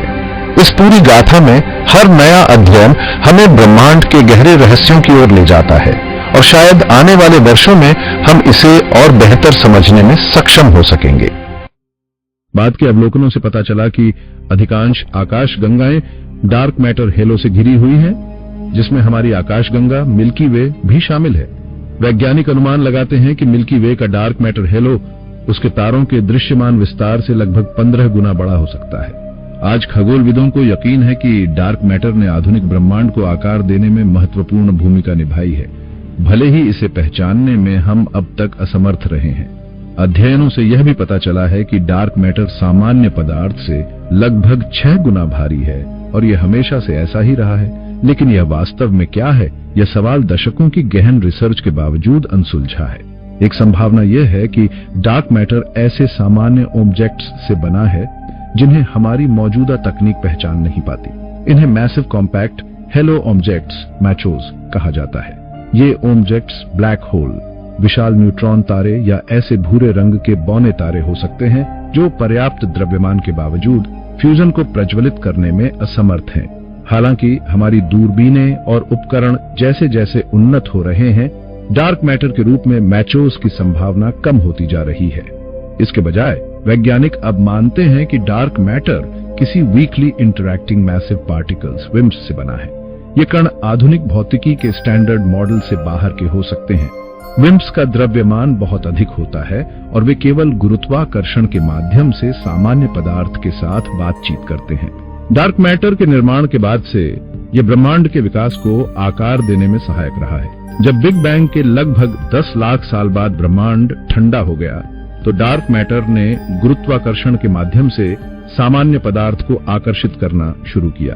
डार्क मैटर ने एक टेम्पलेट बनाया जिस पर बारियोनिक सामान्य पदार्थ इकट्ठा होकर गैस के क्लंप, तंतु और नोड्स बनाए। ये संरचनाएं आगे चलकर आकाश गंगाओं और तारों के निर्माण की नर्सरी बनी।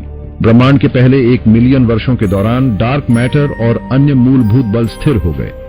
इन बलों ने भौतिकी के नियम तय किए और पदार्थ की प्रकृति को स्थिर किया, जिससे तारों और आकाश गंगाओं की पीढ़ियां बनने लगी।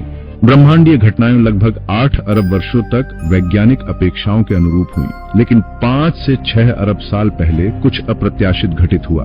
खगोलविदों ने पाया कि ब्रह्मांड का विस्तार, जो धीमा होना चाहिए था, तेजी से बढ़ने लगा। इस परिवर्तन का पहली बार अध्ययन 25 साल पहले हुआ था, जब खगोलविदों ने विभिन्न सुपरनोवा का विश्लेषण किया। ये सुपरनोवा, जिन्हें स्टैंडर्ड कैंडल्स कहा जाता है, एक झांत और पूर्वानुमानित चमक के साथ विस्फोट करते हैं। उनकी रोशनी से वैज्ञानिक ब्रह्मांडीय विस्तार की गति को माप सकते हैं। सुपरनोवा के अध्ययन से यह स्पष्ट हुआ कि डार्क मैटर के अलावा ब्रह्मांड में डार्क एनर्जी नामक एक और बल सक्रिय है, जो गुरुत्वाकर्षण के विरुद्ध काम करते हुए ब्रह्मांड के विस्तार को तेज कर रहा है। यह रहस्यमय बल, जिसे हम अभी तक पूरी तरह से नहीं समझ पाए हैं, ब्रह्मांडीय संतुलन और उसके भविष्य की कुंजी हो सकता है। डार्क मैटर और डार्क एनर्जी के इस संतुलन ने न केवल हमारे खगोलीय दृष्टिकोण को चुनौती दी है, बल्कि ब्रह्मांड के विकास की गहरी परतों को समझने का मार्ग भी प्रशस्त किया है। डार्क मैटर और डार्क एनर्जी पर हमारा शोध जारी है और हर नया अध्ययन ब्रह्मांड के अदृश्य पहलुओं को समझने में मदद कर रहा है। मैचोज और विम्स की खोज के साथ डार्क मैटर की पहचान के लिए प्रयास तेज हो रहे हैं। यह समझना कि डार्क मैटर और डार्क एनर्जी ब्रह्मांड को कैसे प्रभावित करते हैं, हमारी खगोल भौतिकी और ब्रह्मांडीय उत्पत्ति की समझ को अगले स्तर तक ले जा सकता है। 1998 में खगोलविदों ने एक आश्चर्यजनक अवलोकन किया। उन्होंने पाया कि पिछले 5 अरब वर्षों से सुपरनोवा जितना रेडिशिफ्टेड होना चाहिए था, उससे कहीं अधिक हो रहे हैं। इसका मतलब था कि वे हमसे उम्मीद से तेजी से दूर जा रहे हैं। यही पैटर्न बैरियोनिक ध्वनिक दोलन और आकाश गंगा समूहों के माप में भी देखा गया। यह सिर्फ इतना नहीं है कि ब्रह्मांड का विस्तार हो रहा है, बल्कि यह विस्तार तेज गति से बढ़ रहा है। इस रहस्यमयी प्रक्रिया की सबसे अच्छी व्याख्या डार्क एनर्जी है और हमारे सौर मंडल के पूरे इतिहास के दौरान हम इस डार्क एनर्जी प्रधान युग में रह रहे हैं। डार्क मैटर की तरह कॉस्मोलॉजिस्ट अब तक यह नहीं समझ पाए हैं कि डार्क एनर्जी वास्तव में क्या है। आइंस्टाइन ने अपने सामान्य सापेक्षता के सिद्धांत में कॉस्मोलॉजिकल कांस्टेंट का विचार प्रस्तुत किया था, जो खाली स्थान की आंतरिक ऊर्जा का प्रतिनिधित्व करता है। इस सिद्धांत के अनुसार जैसे जैसे ब्रह्मांड का विस्तार होता है, यह ऊर्जा और बढ़ती जाती है, जो विस्तार की गति को और तेज कर सकती है। हालांकि जब सामान्य सापेक्षता को बेहतर ढंग से समझा गया, तो इस कांस्टेंट की आवश्यकता नहीं रह गई। लेकिन डार्क एनर्जी के संदर्भ में इस विचार को फिर से प्रासंगिक माना जा रहा है। समस्या यह है कि हम यह नहीं समझ पाते कि ऐसी आंतरिक ऊर्जा क्यों होनी चाहिए। यदि ब्रह्मांडीय पैमाने पर इसका उत्तर नहीं मिलता, तो शायद इसका सुराग छोटे स्तर की भौतिकी में है। क्वांटम सिद्धांत एक घटना की भविष्यवाणी करता है, जिसे वैक्यूम एनर्जी कहा जाता है। इसमें आभासी कण यादृच्छिक क्वांटम उतार चढ़ाव के कारण स्वतः ही अस्तित्व में आते और गायब हो जाते हैं। ये क्वांटम उतार चढ़ाव ब्रह्मांडीय विस्तार में योगदान दे सकते हैं। यह विचार सैद्धांतिक रूप से आकर्षक है, लेकिन वैक्यूम एनर्जी को ब्रह्मांडीय स्तर पर लागू करने की गणनाएं इतनी बड़ी हैं कि वे उस विस्तार की सही व्याख्या नहीं कर पाती जो हम देख रहे हैं। डार्क एनर्जी और डार्क मैटर दोनों ही ब्रह्मांड के सबसे बड़े रहस्यों में से हैं। उनका अध्ययन न केवल हमारी खगोलीय समझ को गहरा करेगा, बल्कि यह भी बताएगा कि हमारा ब्रह्मांड किस दिशा में जा रहा है। इन रहस्यमयी शक्तियों को समझने का हर प्रयास हमें ब्रह्मांड की मूल प्रकृति के करीब लाता है।